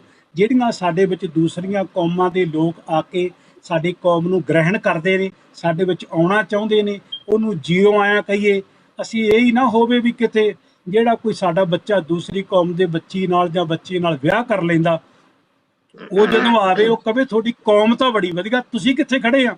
ਆਹ ਗੱਲ ਨਾ ਸਾਨੂੰ ਕਵੇ ਵੀ ਤੁਹਾਡੀ ਕੌਮ ਕਿੰਨੀ ਵਧੀਆ, ਤੁਹਾਡੇ ਗੁਰੂਆਂ ਨੇ ਸੰਦੇਸ਼ ਕਿੰਨੇ ਵਧੀਆ ਦਿੱਤੇ ਆ। ਪਰ ਮੈਂ ਤੁਹਾਡੀ ਕੌਮ ਦੇ ਵਿੱਚ ਆ ਕੇ ਮੈਂ ਉਹ ਸਾਰੇ ਨਿਤਨੇਮ ਵੀ, ਬਾਣੀਆਂ ਵੀ, ਚੰਗੀ ਰਹਿਤ ਵੀ, ਵਹਿਤ ਵੀ ਤੁਹਾਡੇ ਗੁਰੂ ਨੇ ਜੋ ਦਿੱਤਾ, ਮੈਂ ਉਹ ਸਿੱਖੀ ਧਾਰਨ ਨੂੰ ਤਿਆਰ ਕਰਨ ਨੂੰ ਤਿਆਰ ਖੜਾ ਵਾਂ। ਪਰ ਤੁਹਾਡੇ ਜਿਹਦੇ ਨਾਲ ਮੈਂ ਵਿਆਹ ਕੀਤਾ, ਜਿਹਦੇ ਨਾਲ ਮੈਂ ਕੋਲੇ ਖੜਾ, ਉਹਦੇ ਵਿੱਚ ਤਾਂ ਕੋਈ ਗੌੜੀ ਹੈ ਨਹੀਂਗਾ। ਸਿੱਖੀ ਸਰੂਪ ਧਾਰਨ ਕਰ ਲੈਣਾ ਹੀ ਵੱਡੀ ਗੱਲ ਨਹੀਂ। ਗੁਰੂ ਦੇ ਜੋ ਸਾਡੇ ਸੰਦੇਸ਼ ਨੇ ਉਹ ਸੰਦੇਸ਼ਾਂ ਨੂੰ ਹਿਰਦੇ ਅੰਦਰ ਧਾਰਨ ਕਰਨਾ। ਜੇ ਕੋਈ ਸਿੱਖ ਬੱਚਾ ਕਿਸੇ ਲੜਕੀ ਨਾਲ ਵਿਆਹ ਕਰਦਾ ਜਾਂ ਲੜਕੀ ਕਿਸੇ ਸਿੱਖ ਬੱਚੇ ਨਾਲ ਵਿਆਹ ਕਰਦੀ ਆ, ਜਦੋਂ ਬਾਹਰਲੇ ਧਰਮ ਦਾ ਬੰਦਾ, ਬਾਹਰਲੀ ਜਾਤ ਦਾ ਬੰਦਾ ਸਾਡੇ ਸਿੱਖ ਵਿੱਚ ਆਉਂਦਾ ਹੈ, ਉਹਨੂੰ ਆਏ ਨੂੰ ਇੰਝ ਲੱਗੇ ਕਿ ਵਾਕਿਆ ਹੀ ਮੈਨੂੰ ਅੱਜ ਕੋਈ ਵਧੀਆ ਕੌਮ ਮਿਲੀ ਆ। ਇਹ ਨਾ ਹੋਵੇ ਵੀ ਉਹ ਤਾਂ ਸਿੱਖੀ ਧਾਰਨ ਕਰੇ, ਉਹ ਤਾਂ ਸਿੱਖੀ ਦੇ ਅਸੂਲਾਂ ਵਿੱਚ ਚੱਲਣ ਦਾ ਯਤਨ ਕਰੇ, ਅਸੀਂ ਉਹਦੀਆਂ ਲੱਤਾਂ ਖਿੱਚ ਕੇ ਕਹੀਏ ਨਾ ਵੀ ਨਾ ਆ ਥੱਲੇ ਉੱਤਰ, ਉਹਨੂੰ ਵੀ ਥੱਲੇ ਲਾ ਲਈਏ। ਇਹ ਚੀਜ਼ ਨਹੀਂ ਹੋਣੀ ਚਾਹੀਦੀ। ਥੈਂਕ ਯੂ ਜੀ, ਵੈਰੀ ਗੁੱਡ ਪੁਆਇੰਟ। ਅੱਛਾ ਗਿਆਨੀ, ਤਾਂ ਆਪਣੇ ਗਿਆਨੀ ਮੇਹਰ ਸਿੰਘ ਜੀ, ਤੁਹਾਡੇ ਕੀ ਵਿਚਾਰ ਨੇ ਇਹਨਾਂ ਬਾਬਤ? ਬਹੁਤ ਸੋਹਣੇ ਵਿਚਾਰ ਨੇ ਜੀ। ਕਹਿਣ ਦਾ ਵੀ ਇਹ ਜਿਹੜੀ ਸਾਡੀ ਜਨਰੇਸ਼ਨ, ਆਪਣੇ ਬੱਚੇ, ਆਪਣੇ ਪਰਿਵਾਰ, ਸਭ ਤੋਂ ਵੱਡੀ ਗੱਲ ਇਹ ਹੈ ਜੀ ਸਤਿਗੁਰੂ ਦਾ ਹੁਕਮ ਪਾਣਾ। ਗੁਰੂ ਪਾਤਸ਼ਾਹ ਮਹਾਰਾਜ ਜੀ ਦਾ ਜੋ ਹੁਕਮ ਹੈ ਨਾ, ਇਹ ਜਿਹੜੇ ਸੰਯੋਗ ਹੁੰਦੇ ਨੇ, ਕਹਿੰਦੇ ਵੀ ਧਰੋਂ ਹੁੰਦੇ ਨੇ, ਜੋ ਬਾਣੀ ਵਿੱਚ ਲਿਖਿਆ, ਜੈਸਾ ਸਤਿਗੁਰ ਸੁਣੀਦਾ ਤੈਸੋ ਹੀ ਮੈਂ ਢੀਠ ਵਿਛੜਿਆ ਮੇਲੇ ਪ੍ਰਭੂ ਹੱਥ ਗਏ ਕਾ ਵਸੀਫਾ ਨਾਮੋ ਮੰਤਰ ਦੜਾਇਂਦਾ ਕੱਟੇ ਹੋਮੇ ਰੋਗ ਨਾਨਕ ਸਤਿਗੁਰ ਤਿਨਾ ਮਿਲਾਇਆ ਤਿਨ ਧੋਏ ਪਿਆਸ। ਇਹ ਪਰਮਾਤਮਾ ਦਾ ਮੰਨ ਕੇ ਆਪਾਂ ਜਾਨੀ ਕਿ ਜੋ ਰਿਸ਼ਤੇ ਹੋ ਰਹੇ ਨੇ ਇਹਨਾਂ ਨੂੰ ਸਵੀਕਾਰ ਕਰੋ, ਪਿਆਰ ਕਰੋ। ਤੇ ਮੇਨ ਜਿਹੜਾ ਆਪਣਾ ਫੋਕਸ ਹੈ ਉਹ ਹੈ ਰੱਬ ਨੂੰ ਮਿਲਣਾ, ਪਰਮਾਤਮਾ ਨੂੰ ਮਿਲਣਾ, ਸਾਰੀ ਮਨੁੱਖਤਾ ਦੀ ਸੇਵਾ ਕਰਨੀ, ਪੂਰੇ ਵਰਲਡ ਦੇ ਵਿੱਚ ਖਾਲਸਾ ਪੰਥ ਦਾ ਨਾਂ ਉੱਚਾ ਕਰਨਾ। ਇਹ ਸ੍ਰੀ ਨਿਸ਼ਾਨ ਸਾਹਿਬ ਖੁੱਲੇ ਪੰਥ ਦਾ ਪਿਆਰ ਪਤਾ ਲੱਗੇ ਦੁਨੀਆ ਨੂੰ ਕਿ ਸਿੱਖ ਪਿਆਰ ਦਾ ਨਾਮ ਹੈ, ਸਿੱਖ ਤਿਆਗ ਦਾ ਨਾਮ ਹੈ। ਸਿੱਖ ਕਿਤੇ ਛੋਟਾ ਦਿਲ ਵਾਲੇ ਨਹੀਂ, ਸਿੱਖਾਂ ਦਾ ਹਿਰਦਾ ਬਹੁਤ ਵਿਸ਼ਾਲ ਹੈ, ਜਿਹਦੇ ਵਿੱਚ ਸਾਰੀ ਧਰਤੀ ਦੇ ਜੀਵ, ਸਾਰੀਆਂ ਨਸਲਾਂ, ਜਾਤਾਂ ਪਾਤਾਂ ਦੇ ਜੀਵ ਸਮਾ ਸਕਦੇ ਨੇ। ਸਿੱਖ ਦਾ ਗੱਲਾਂ ਤੁਹਾਡੀਆਂ ਠੀਕ ਹੈ ਗਿਆਨੀ ਮੇਹਰ ਸਿੰਘ ਜੀ, ਤੁਹਾਡੀਆਂ ਗੱਲਾਂ ਤਾਂ ਠੀਕ ਹੈ, ਪਰ ਇਹ ਜਿਹੜੀਆਂ ਇਹ ਸਾਡਾ ਧਰਮ ਤਾਂ ਸਾਨੂੰ ਸਿਖਾਉਂਦਾ, ਪਰ ਇਹ ਸਾਡੇ ਵਿੱਚ ਐਗਜ਼ਿਸਟ ਨਹੀਂ ਕਰਦੀਆਂ, ਸਾਡੇ ਵਿੱਚ ਹੈ ਨਹੀਂ ਐਕਚੁਅਲੀ। ਸਾਡੇ ਜਿਹੜੀ ਬਰੋਬਰਤਾ ਹੋਈ ਵਿਦਿਆ ਦਾ ਜਾਂ ਹੋਰ ਇੱਕ ਜਿਹੜੇ ਸੇਵਾ ਕਰਨੀ, ਇਹ ਚੀਜ਼ਾਂ ਹੈਗੀਆਂ, ਪਰ ਜਿੱਥੋਂ ਤੱਕ ਸਾਡੀ ਆਪਣੀ ਕੌਮ ਆ ਉਹਦੇ ਵਿੱਚ ਕਿੰਨੇ ਗਰੀਬ ਫਿਰਦੇ ਨੇ, ਸਿਕਲੀਗਰ ਕੋਈ ਬੰਜਾਰੇ, ਕੋਈ ਫਿਰਦੇ ਹੈਗੇ ਨੇ ਬਾਜੀਗਰ, ਕਿਸੇ ਪੁੱਛਦਾ ਕੋਈ ਨਹੀਂ। ਈਵਨ ਜਿਹੜੇ ਗ੍ਰੰਥੀ ਨੇ ਉਹਨਾਂ ਨੂੰ ਵੀ ਤਨਖਾਹ ਵੇ ਘਟਾ ਦੇ ਕੱਢ ਦਿੰਦੇ ਨੇ, ਜਾਂ ਰਾਗੀਆਂ ਨੂੰ ਕੀਰਤਨੀਆਂ ਨੂੰ ਵੀ ਅੰਦਰ ਨਹੀਂ ਬਹਿਣ ਦਿੰਦੇ। ਉਹ ਲੋਕਾਂ ਦੇ ਬਾਹਰ ਵੱਡੇ ਵੱਡੇ ਲੰਗਰ ਚਲਾਈ ਜਾਂਦੇ ਨੇ। ਬਿਲਕੁਲ ਸੱਚ ਹੈ ਜੀ, ਤੁਹਾਡਾ ਬਚਨ ਬਿਲਕੁਲ ਸੱਚ ਹੈ ਜੀ। ਅੱਜ ਇਹੀ ਦੁਖਾਂਤ ਹੈ ਕਿ ਅੱਜ ਕਰੋੜਾਂ ਦੀ ਗਿਣਤੀ ਦੇ ਵਿੱਚ ਬੰਜਾਰੇ ਸਿੱਖ, ਸਿਕਲੀਗਰ ਬਲਾਦਰੀਆਂ, ਜਿਨ੍ਹਾਂ ਨੇ ਗੁਰੂ ਕਾਲਵਾ ਵੇਲੇ ਬਹੁਤ ਸੇਵਾ ਕੀਤੀ ਸ਼ਸਤਰ ਬਣਾਉਣ ਦੀਆਂ, ਅੱਜ ਉਹ ਬਹੁਤ ਪਛੜੇ ਹੋਏ ਹਨ। ਹੋਰ ਸਿੱਖਾਂ ਦਾ ਨਜ਼ਰੀਆ ਉਹਨਾਂ ਤੇ ਫੋਕਸ ਹੋਵੇ ਤੇ ਧਿਆਨ ਵੀ ਦੇਣਾ ਚਾਹੀਦਾ ਹੈ। ਆ ਜਿਹੜੇ ਤੁਸੀਂ ਡੇਰੇ ਦੱਸੇ ਹਨ, ਉੱਥੇ ਜਾ ਕੇ ਪ੍ਰਚਾਰ ਦੀ ਬਹੁਤ ਲੋੜ ਹੈ। ਬੰਜਾਰੇ ਸਿੱਖ ਬਹੁਤ ਪਛੜੇ ਨੇ ਤੇ ਕਰੋੜਾਂ ਦੀ ਗਿਣਤੀ ਵਿੱਚ ਨੇ। ਸਿਕਲੀਗਰ ਪਰਿਵਾਰ ਅਸੀਂ ਆਪ ਜਾਂਦੇ ਹਾਂ, ਉੱਥੇ ਜਾ ਕੇ ਸੇਵਾ ਕਰਦੇ ਹਾਂ। ਲੁਧਿਆਣੇ ਡਿਸਟ੍ਰਿਕਟ ਦੇ ਵਿੱਚ ਵੀ ਪਰਿਵਾਰ ਬਹੁਤ ਰਹਿੰਦੇ ਨੇ, ਉਹਨਾਂ ਦੇ ਘਰ ਵੀ ਉਜਾੜੇ ਗਏ ਸੀ, ਉਹਨਾਂ ਕੋਲ ਰਹਿਣ ਜੋਗਾ ਆਪਣੀ ਜਗ੍ਹਾ ਵੀ ਹੈ ਨਹੀਂ, ਕਿਲੇ ਤੇ ਬੈਠੇ ਸਨ, ਉਹਨਾਂ ਦਾ ਉਜਾੜ ਦਿੱਤਾ ਗਿਆ ਸੀ ਥਾਂ। ਸੋ ਇਸ ਕਰਕੇ ਕਹਿਣ ਦਾ ਭਾਵ ਵੀ ਬਹੁਤ ਪੰਥ ਦੇ ਵਿੱਚ ਅਜੇ ਸਿੱਖਾਂ ਦੇ ਵਿੱਚ ਪਰਿਵਾਰਾਂ ਦੇ ਵਿੱਚ ਗਰੀਬੀ ਦੀ ਦਸ਼ਾ ਬਹੁਤ ਜ਼ਿਆਦਾ ਆ ਗਈ ਹੈ। ਜਾਂ ਕਹਿ ਲਓ ਕਿ ਪੰਜਾਬ ਦੇ ਵਿੱਚ ਜ਼ਿਆਦਾ ਮਸ਼ੀਨਰੀ ਤੇ ਜ਼ਿਆਦਾ ਕੰਮਕਾਰ ਨਹੀਂ, ਜਿਹਦੇ ਕਰਕੇ ਬੇਰੁਜ਼ਗਾਰੀ ਤੇ ਸਿੱਖਾਂ ਦੇ ਵਿੱਚ ਰੋਜ਼ਾਨਾ ਦੀ ਆਮਦਨੀ ਦੇ ਬਹੁਤ ਘੱਟ ਸਾਧਨ ਨੇ ਤੇ ਬਹੁਤ ਬੁਰੀ ਅੱਜ ਹੋ ਰਿਹਾ, ਜਾਣੀ ਕਿ ਜੋ ਵੀ ਆ ਘਰ ਦਾ ਚੁੱਲ੍ਹਾ ਚਲਾਉਣਾ ਬਹੁਤ ਔਖਾ ਹੋ ਰਿਹਾ। ਅੱਤ ਦੀ ਗਰੀਬੀ ਦੇ ਵਿੱਚ ਜੀਵਨ ਬਤੀਤ ਸਿੱਖ ਕਰ ਰਹੇ ਨੇ। ਤੇ ਜੇ ਵਿਦੇਸ਼ੀ ਸਿੱਖ ਸੰਗਤਾਂ ਸਾਰੀਆਂ ਚਾਹੁੰਦੀਆਂ ਨੇ ਕਿ ਸਾਡੇ ਸਿੱਖ ਭਾਈ, ਸਾਡਾ ਪੰਜਾਬ ਰੰਗਲਾ ਸਦਾ ਵਸਦਾ ਰਵੇ, ਉਹ ਮਿਲ ਕੇ ਉੱਥੇ ਦੇ ਸਿੱਖ ਤੇ ਇੱਧਰ ਦੇ ਸਿੱਖ, ਵਰਲਡ ਦੇ ਸਿੱਖਾਂ ਨਾਲ ਮਿਲ ਕੇ ਇਹ ਵਿਚਾਰਾਂ ਜੋ ਤੁਸੀਂ ਸ਼ੁਰੂਆਤ ਕੀਤੀ ਹੈ ਬਹੁਤ ਚੰਗੀ ਕੀਤੀ ਹੈ। ਐਸੀਆਂ ਵਿਚਾਰਾਂ ਕਰਕੇ ਉਹਨਾਂ ਅੱਤ ਦੇ ਗਰੀਬੀ ਦੇ ਵਿੱਚ ਬਸਰ ਹੋ ਰਹੇ ਸਿੱਖਾਂ ਨੂੰ ਬਚਾਉਣ ਦੀ ਕੋਸ਼ਿਸ਼ ਕੀਤੀ ਜਾਵੇ। ਮਸ਼ੀਨਰੀ ਲਾਈ ਜਾਵੇ, ਫੈਕਟਰੀਆਂ, ਕਾਰਖਾਨੇ ਪੰਥ ਦੇ ਵੀ ਲਾਏ ਜਾਣ, ਜਿਹਦੇ ਘਰ ਵਿੱਚ ਉਹਨਾਂ ਨੂੰ ਘਰਾਂ 'ਚ ਕੰਮ ਵੀ ਦਿੱਤਾ ਜਾਵੇ, ਜਿਹਦੇ ਕਰਕੇ ਹਰ ਸਿੱਖ ਪਰਿਵਾਰ ਦੇ ਵਿੱਚ ਕੋਈ 500 ਕੋਈ 1000 ਰੁਪਇਆ ਆਪਣਾ ਸਾਰੇ ਜੀ ਰਲ ਕੇ ਕੰਮ ਕਰਨ, ਕਮਾਇਆ ਜਾਵੇ ਤੇ ਕੋਈ ਕੰਪਨੀਆਂ ਬਣਾ ਕੇ ਦਿੱਤੀਆਂ। ਭਾਈ ਸਾਹਿਬ ਪ੍ਰੋਬਲਮ ਇਹ ਆ ਕਿ ਵੀ ਜਿਹੜੇ ਵੀ ਲੋਕ ਕੋਈ ਇੰਡਸਟਰੀ ਵਗੈਰਾ ਲਾਉਣੀ ਚਾਹੁੰਦਾ ਪੰਜਾਬ ਦੇ ਵਿੱਚ, ਜਾਂ ਕੋਈ ਹੋਰ ਕੰਮਕਾਰ ਸ਼ੁਰੂ ਕਰਨਾ ਚਾਹੁੰਦਾ ਲੋਕ ਭਲਾਈ ਦਾ, ਉੱਥੇ ਦੀ ਜਿਹੜੀ ਗੌਰਮੈਂਟ ਹੈ ਤੇ ਉੱਥੇ ਦੇ ਜਿਹੜੇ ਲੋਕ ਨੇ ਉਹ ਨਾਲ ਲੱਗਦੇ ਨਹੀਂ ਹੈ। ਉਹ ਤਾਂ ਕਹਿੰਦੇ ਆ ਸਾਨੂੰ ਹੱਥ ਤੇ ਧਰੀ ਧਰਾਈ ਮਿਲੀ ਜਾਵੇ, ਸਾਨੂੰ ਕੰਮ ਨਾ ਕਰਨਾ ਪਵੇ। ਪ੍ਰੋਬਲਮ ਤਾਂ ਇਹ ਸ਼ੁਰੂ ਹੋ ਗਈ ਆ, ਲੋਕਾਂ ਨੇ ਭਈਆਂ ਤੇ ਡਿਪੈਂਡੈਂਟ ਹੋ ਗਏ ਨੇ ਵੀ ਸਾਡੇ ਭਈਏ ਆ ਕੇ ਸਾਡੇ ਸਾਰਾ ਕੁਝ ਕਰਨ, ਉਹਦਾ ਖੁਸ਼ਹਾਲ ਹੋਈ ਜਾਂਦੇ ਆ। ਅਸੀਂ ਆਪ ਕੰਮ ਕਰਨਾ ਛੱਡਤਾ। ਕੀ ਖਿਆਲ ਹੈ ਗਿਆਨੀ? ਉਹ ਤੁਹਾਡੀ ਹਾਂਜੀ ਮੈਂ ਤੁਹਾਡੀ ਗੱਲ ਦੋਨੇ ਪੁਆਇੰਟਾਂ ਨੂੰ ਥੋੜਾ ਜਿਹਾ 1 ਮਿੰਟ ਸੁਣਨ ਵਾਲਾ। ਨਾ ਤਾਂ ਕੁਛ ਇਸ ਤਰ੍ਹਾਂ ਦਾ ਹੈ, ਕਿਉਂਕਿ ਅਸੀਂ ਪੰਜਾਬ ਵਿੱਚ ਰਹਿੰਦੇ ਹਾਂ, ਪੰਜਾਬ ਵਿੱਚ ਵਸਦੇ ਹਾਂ, ਪਰ ਮੈਂ ਫਿਰ ਆਪ ਜੀ ਦਾ ਧਿਆਨ ਸਹੀ ਜਗ੍ਹਾ ਤੇ ਲਿਆਉਣ ਦੀ ਇੱਛਾ ਰੱਖਦਾ ਹਾਂ। ਕੋਈ ਇਸ ਤਰ੍ਹਾਂ ਦਾ ਨਹੀਂ ਵੀ ਪੰਜਾਬ ਤੋਂ ਬਾਹਰੋਂ ਕੋਈ ਬੰਦਾ ਆਵੇ। ਅਸੀਂ ਇਹਨਾਂ ਤੇ ਪੰਜਾਬ ਦੇ ਵਿੱਚ ਤਕਰੀਬਨ 12 ਲੱਖ ਪ੍ਰਵਾਸੀ ਮਜ਼ਦੂਰ ਰਹਿੰਦਾ ਵਾ, ਜਿਹਦੇ ਵਿੱਚੋਂ 5 ਲੱਖ ਗਿਆ ਹਜੇ ਤੇ ਫਿਰ ਵੀ 7 ਲੱਖ ਹਜੇ ਬੈਠਾ ਵਾ। ਪਰ ਜਿਹੜੇ ਸਾਡੀ ਪੰਜਾਬ ਦੇ ਵਿੱਚ ਕੋਈ ਚੰਗੀ ਇੰਡਸਟਰੀ ਲੱਗੇ, ਚੰਗਾ ਉਹਨਾਂ ਨੂੰ ਠੀਕ ਤਨਖਾਹਾਂ ਮਿਲਣ, ਤੇ ਅੱਜ ਇੱਥੋਂ ਦੇ ਬੱਚੇ, ਪੰਜਾਬ ਦੇ ਬੱਚੇ ਵੀ ਇੰਨਾ ਕੰਮ ਕਰਨਾ ਚਾਹੁੰਦੇ ਆ। ਸਰਦਾਰ ਸਾਹਿਬ ਜੀ, ਤੁਸੀਂ ਇਹ ਗੱਲ ਦਾ ਦੋਸ਼ ਸਾਡੇ ਸਿਰ ਦੇ ਉੱਤੇ ਲਾ ਦਿੱਤਾ ਵੀ ਪੰਜਾਬ ਵਿੱਚ ਕੋਈ ਕੰਮ ਨਹੀਂ ਕਰਨਾ ਚਾਹੁੰਦਾ, ਪ੍ਰਵਾਸੀ ਬੰਦਿਆਂ ਕੋਲੋਂ ਹੀ ਕੰਮ ਕਰਾਉਣਾ ਚਾਹੁੰਦੇ ਆ। ਇਹ ਗੱਲ ਕਿਵੇਂ ਕਹਿ ਦਿੰਦੇ ਆ? ਮੈਂ ਇੰਗਲੈਂਡ ਦੀ ਧਰਤੀ 'ਚ ਜਿੰਨੀ ਸਾਡੀ ਇੰਗਲੈਂਡ ਨੂੰ ਸਾਰੇ ਨੂੰ ਬਣਾਉਣ ਵਾਲੇ ਸੀ, ਸਾਰੇ ਸਰਦਾਰ ਸਨ ਜਿਨ੍ਹਾਂ ਨੇ ਮਿਹਨਤਾਂ ਕੀਤੀਆਂ, ਦੁਨੀਆ ਹਿਲਾਤੀਆਂ। ਅਫਰੀਕਾ ਦੇ ਵਿੱਚ ਰੇਲ ਗੱਡੀਆਂ ਚਲਾਉਣ ਵਾਲੇ ਸਿੱਖ ਸਨ, ਅਮਰੀਕਾ ਵਿੱਚ, ਕੈਨੇਡਾ ਵਿੱਚ ਦੁਨੀਆ ਨੂੰ ਹਿਲਾਉਣ ਵਾਲੀਆਂ ਚੀਜ਼ਾਂ ਸਿੱਖਾਂ ਨੇ ਮਿਹਨਤਾਂ ਕਰਕੇ ਦਿਖਾਈਆਂ। ਉਹਨਾਂ ਮੁਲਕਾਂ 'ਚ ਲੋਕ ਮੂੰਹ ਚੁੰਗਲਾਂ ਪਾਉਂਦੇ। ਅਸੀਂ ਪੂਰੇ ਮਿਹਨਤੀ ਲੋਕ ਹਾਂ। ਅੱਜ ਵੀ ਸਾਡੇ ਪੰਜਾਬ ਵਿੱਚ ਕੋਈ ਵੀ ਬੰਦਾ ਬਾਹਰੋਂ ਆ ਕੇ ਇੰਡਸਟਰੀ ਲਗਾਵੇ, ਸਾਡੇ ਪੰਜਾਬ ਨੂੰ ਆ ਕੇ ਕੋਈ ਪਿਆਰ ਕਰੇ, ਅਸੀਂ ਆਪਦੇ ਖੂਨ ਦੇ ਕਤਰਿਆਂ ਤੱਕ ਡੋਲ ਦਿਆਂਗੇ ਉਹਦੀ ਖਾਤਰ। ਐਸਾ ਕੁਝ ਨਹੀਂ, ਅਸੀਂ ਮਿਹਨਤ ਖਾਲੀ ਵੀ ਇਹ ਵੀ ਪ੍ਰਵਾਸੀ ਹਾਂ। ਜਿਹੜਾ ਕੰਮ ਅਸੀਂ ਇੱਕ ਮਿੰਟ, ਸਾਡੇ ਲੋਕ ਬਾਹਰ ਜਾ ਕੇ ਤਾਂ ਨਾ ਘਟੀਆ ਤੋਂ ਘਟੀਆ ਕੰਮ ਕਰਨ ਲਈ ਵੀ ਤਿਆਰ ਹੈ, ਪਰ ਜਦੋਂ ਪੰਜਾਬ ਦੇ ਵਿੱਚ ਨੇ ਉਹ ਕਰਕੇ ਰਾਜੀ ਨਹੀਂ ਜੀ। ਪੰਜਾਬ 'ਚ ਪੈਸੇ ਨਹੀਂ ਮਿਲਦੇ, ਪੰਜਾਬ ਦੇ ਵਿੱਚ ਪੈਸੇ ਪੂਰੇ ਨਹੀਂ ਮਿਲਦੇ ਤਾਂ ਉਹਨਾਂ ਨੂੰ। ਇੱਕ ਮਿੰਟ ਗੱਲ ਸੁਣੋ, ਜੇ ਪੰਜਾਬ 'ਚ ਪੈਸੇ ਨਹੀਂ ਮਿਲਦੇ ਤਾਂ ਇਹ ਜਿਹੜੇ ਹੈਗੇ ਨੇ ਭਈਏ ਉਹ ਕਿਵੇਂ ਬੈਠੇ ਆ ਉੱਥੇ? ਉਹ ਇੱਕ ਛੋਟੇ ਜਿਹੇ ਖੋਖੇ ਵਿੱਚ, ਇੱਕ ਖੋਖੇ ਦੇ ਵਿੱਚ ਛੋਟੇ ਜਿਹੇ 10 ਬਾਈ 10 ਕਮਰੇ 'ਚ 10 ਬੰਦੇ ਸੌ ਜਾਂਦੇ ਆ। ਜਿਵੇਂ ਸਾਡੇ ਨੌਜਵਾਨ ਵਿਦੇਸ਼ਾਂ 'ਚ ਜਾ ਕੇ 10 ਬਾਈ 10 ਕਮਰੇ 'ਚ 6-6 ਮੁੰਡੇ ਰਹਿ ਜਾਂਦੇ ਆ, ਲੇਕਿਨ ਪੰਜਾਬ 'ਚ ਕੋਠੀ 'ਚ ਉਹਨਾਂ ਨੂੰ ਹਰ ਕਮਰਾ ਅਲੱਗ ਚਾਹੀਦਾ।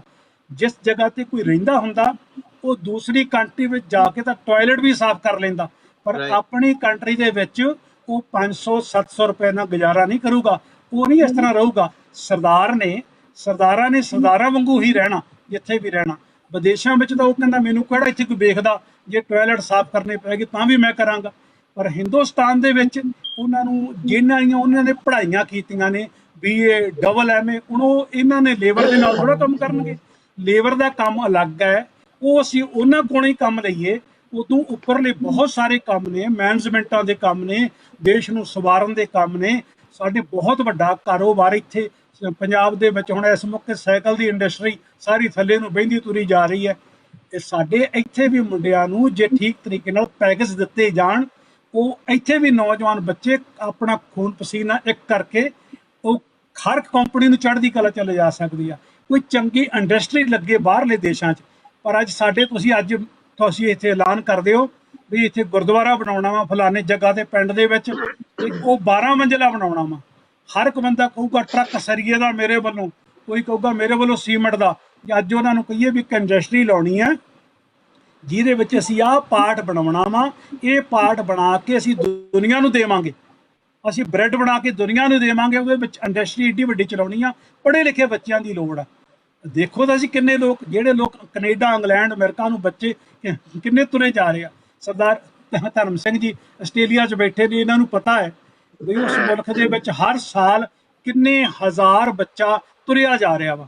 ਉਸ ਜਗ੍ਹਾ ਤੇ ਜਾ ਕੇ ਉੱਥੇ ਪੱਕਾ ਹੁੰਦਾ ਜਾ ਰਿਹਾ। ਉਹ ਕਿਉਂ ਹੁੰਦਾ ਜਾ ਰਿਹਾ? ਸਾਨੂੰ ਇੱਥੇ ਪੂਰੀਆਂ ਜਿਹੜੀਆਂ ਜੋ ਫੈਸਿਲਿਟੀਆਂ ਦੀ ਜ਼ਰੂਰਤ ਹੈ ਉਹ ਨਹੀਂ ਮਿਲ ਰਹੀਆਂ। ਤਾਂ ਹੀ ਲੇਬਰ ਨੇ ਕੰਮ ਲੇਬਰ ਵਾਲਾ ਕਰਨਾ ਵਾ।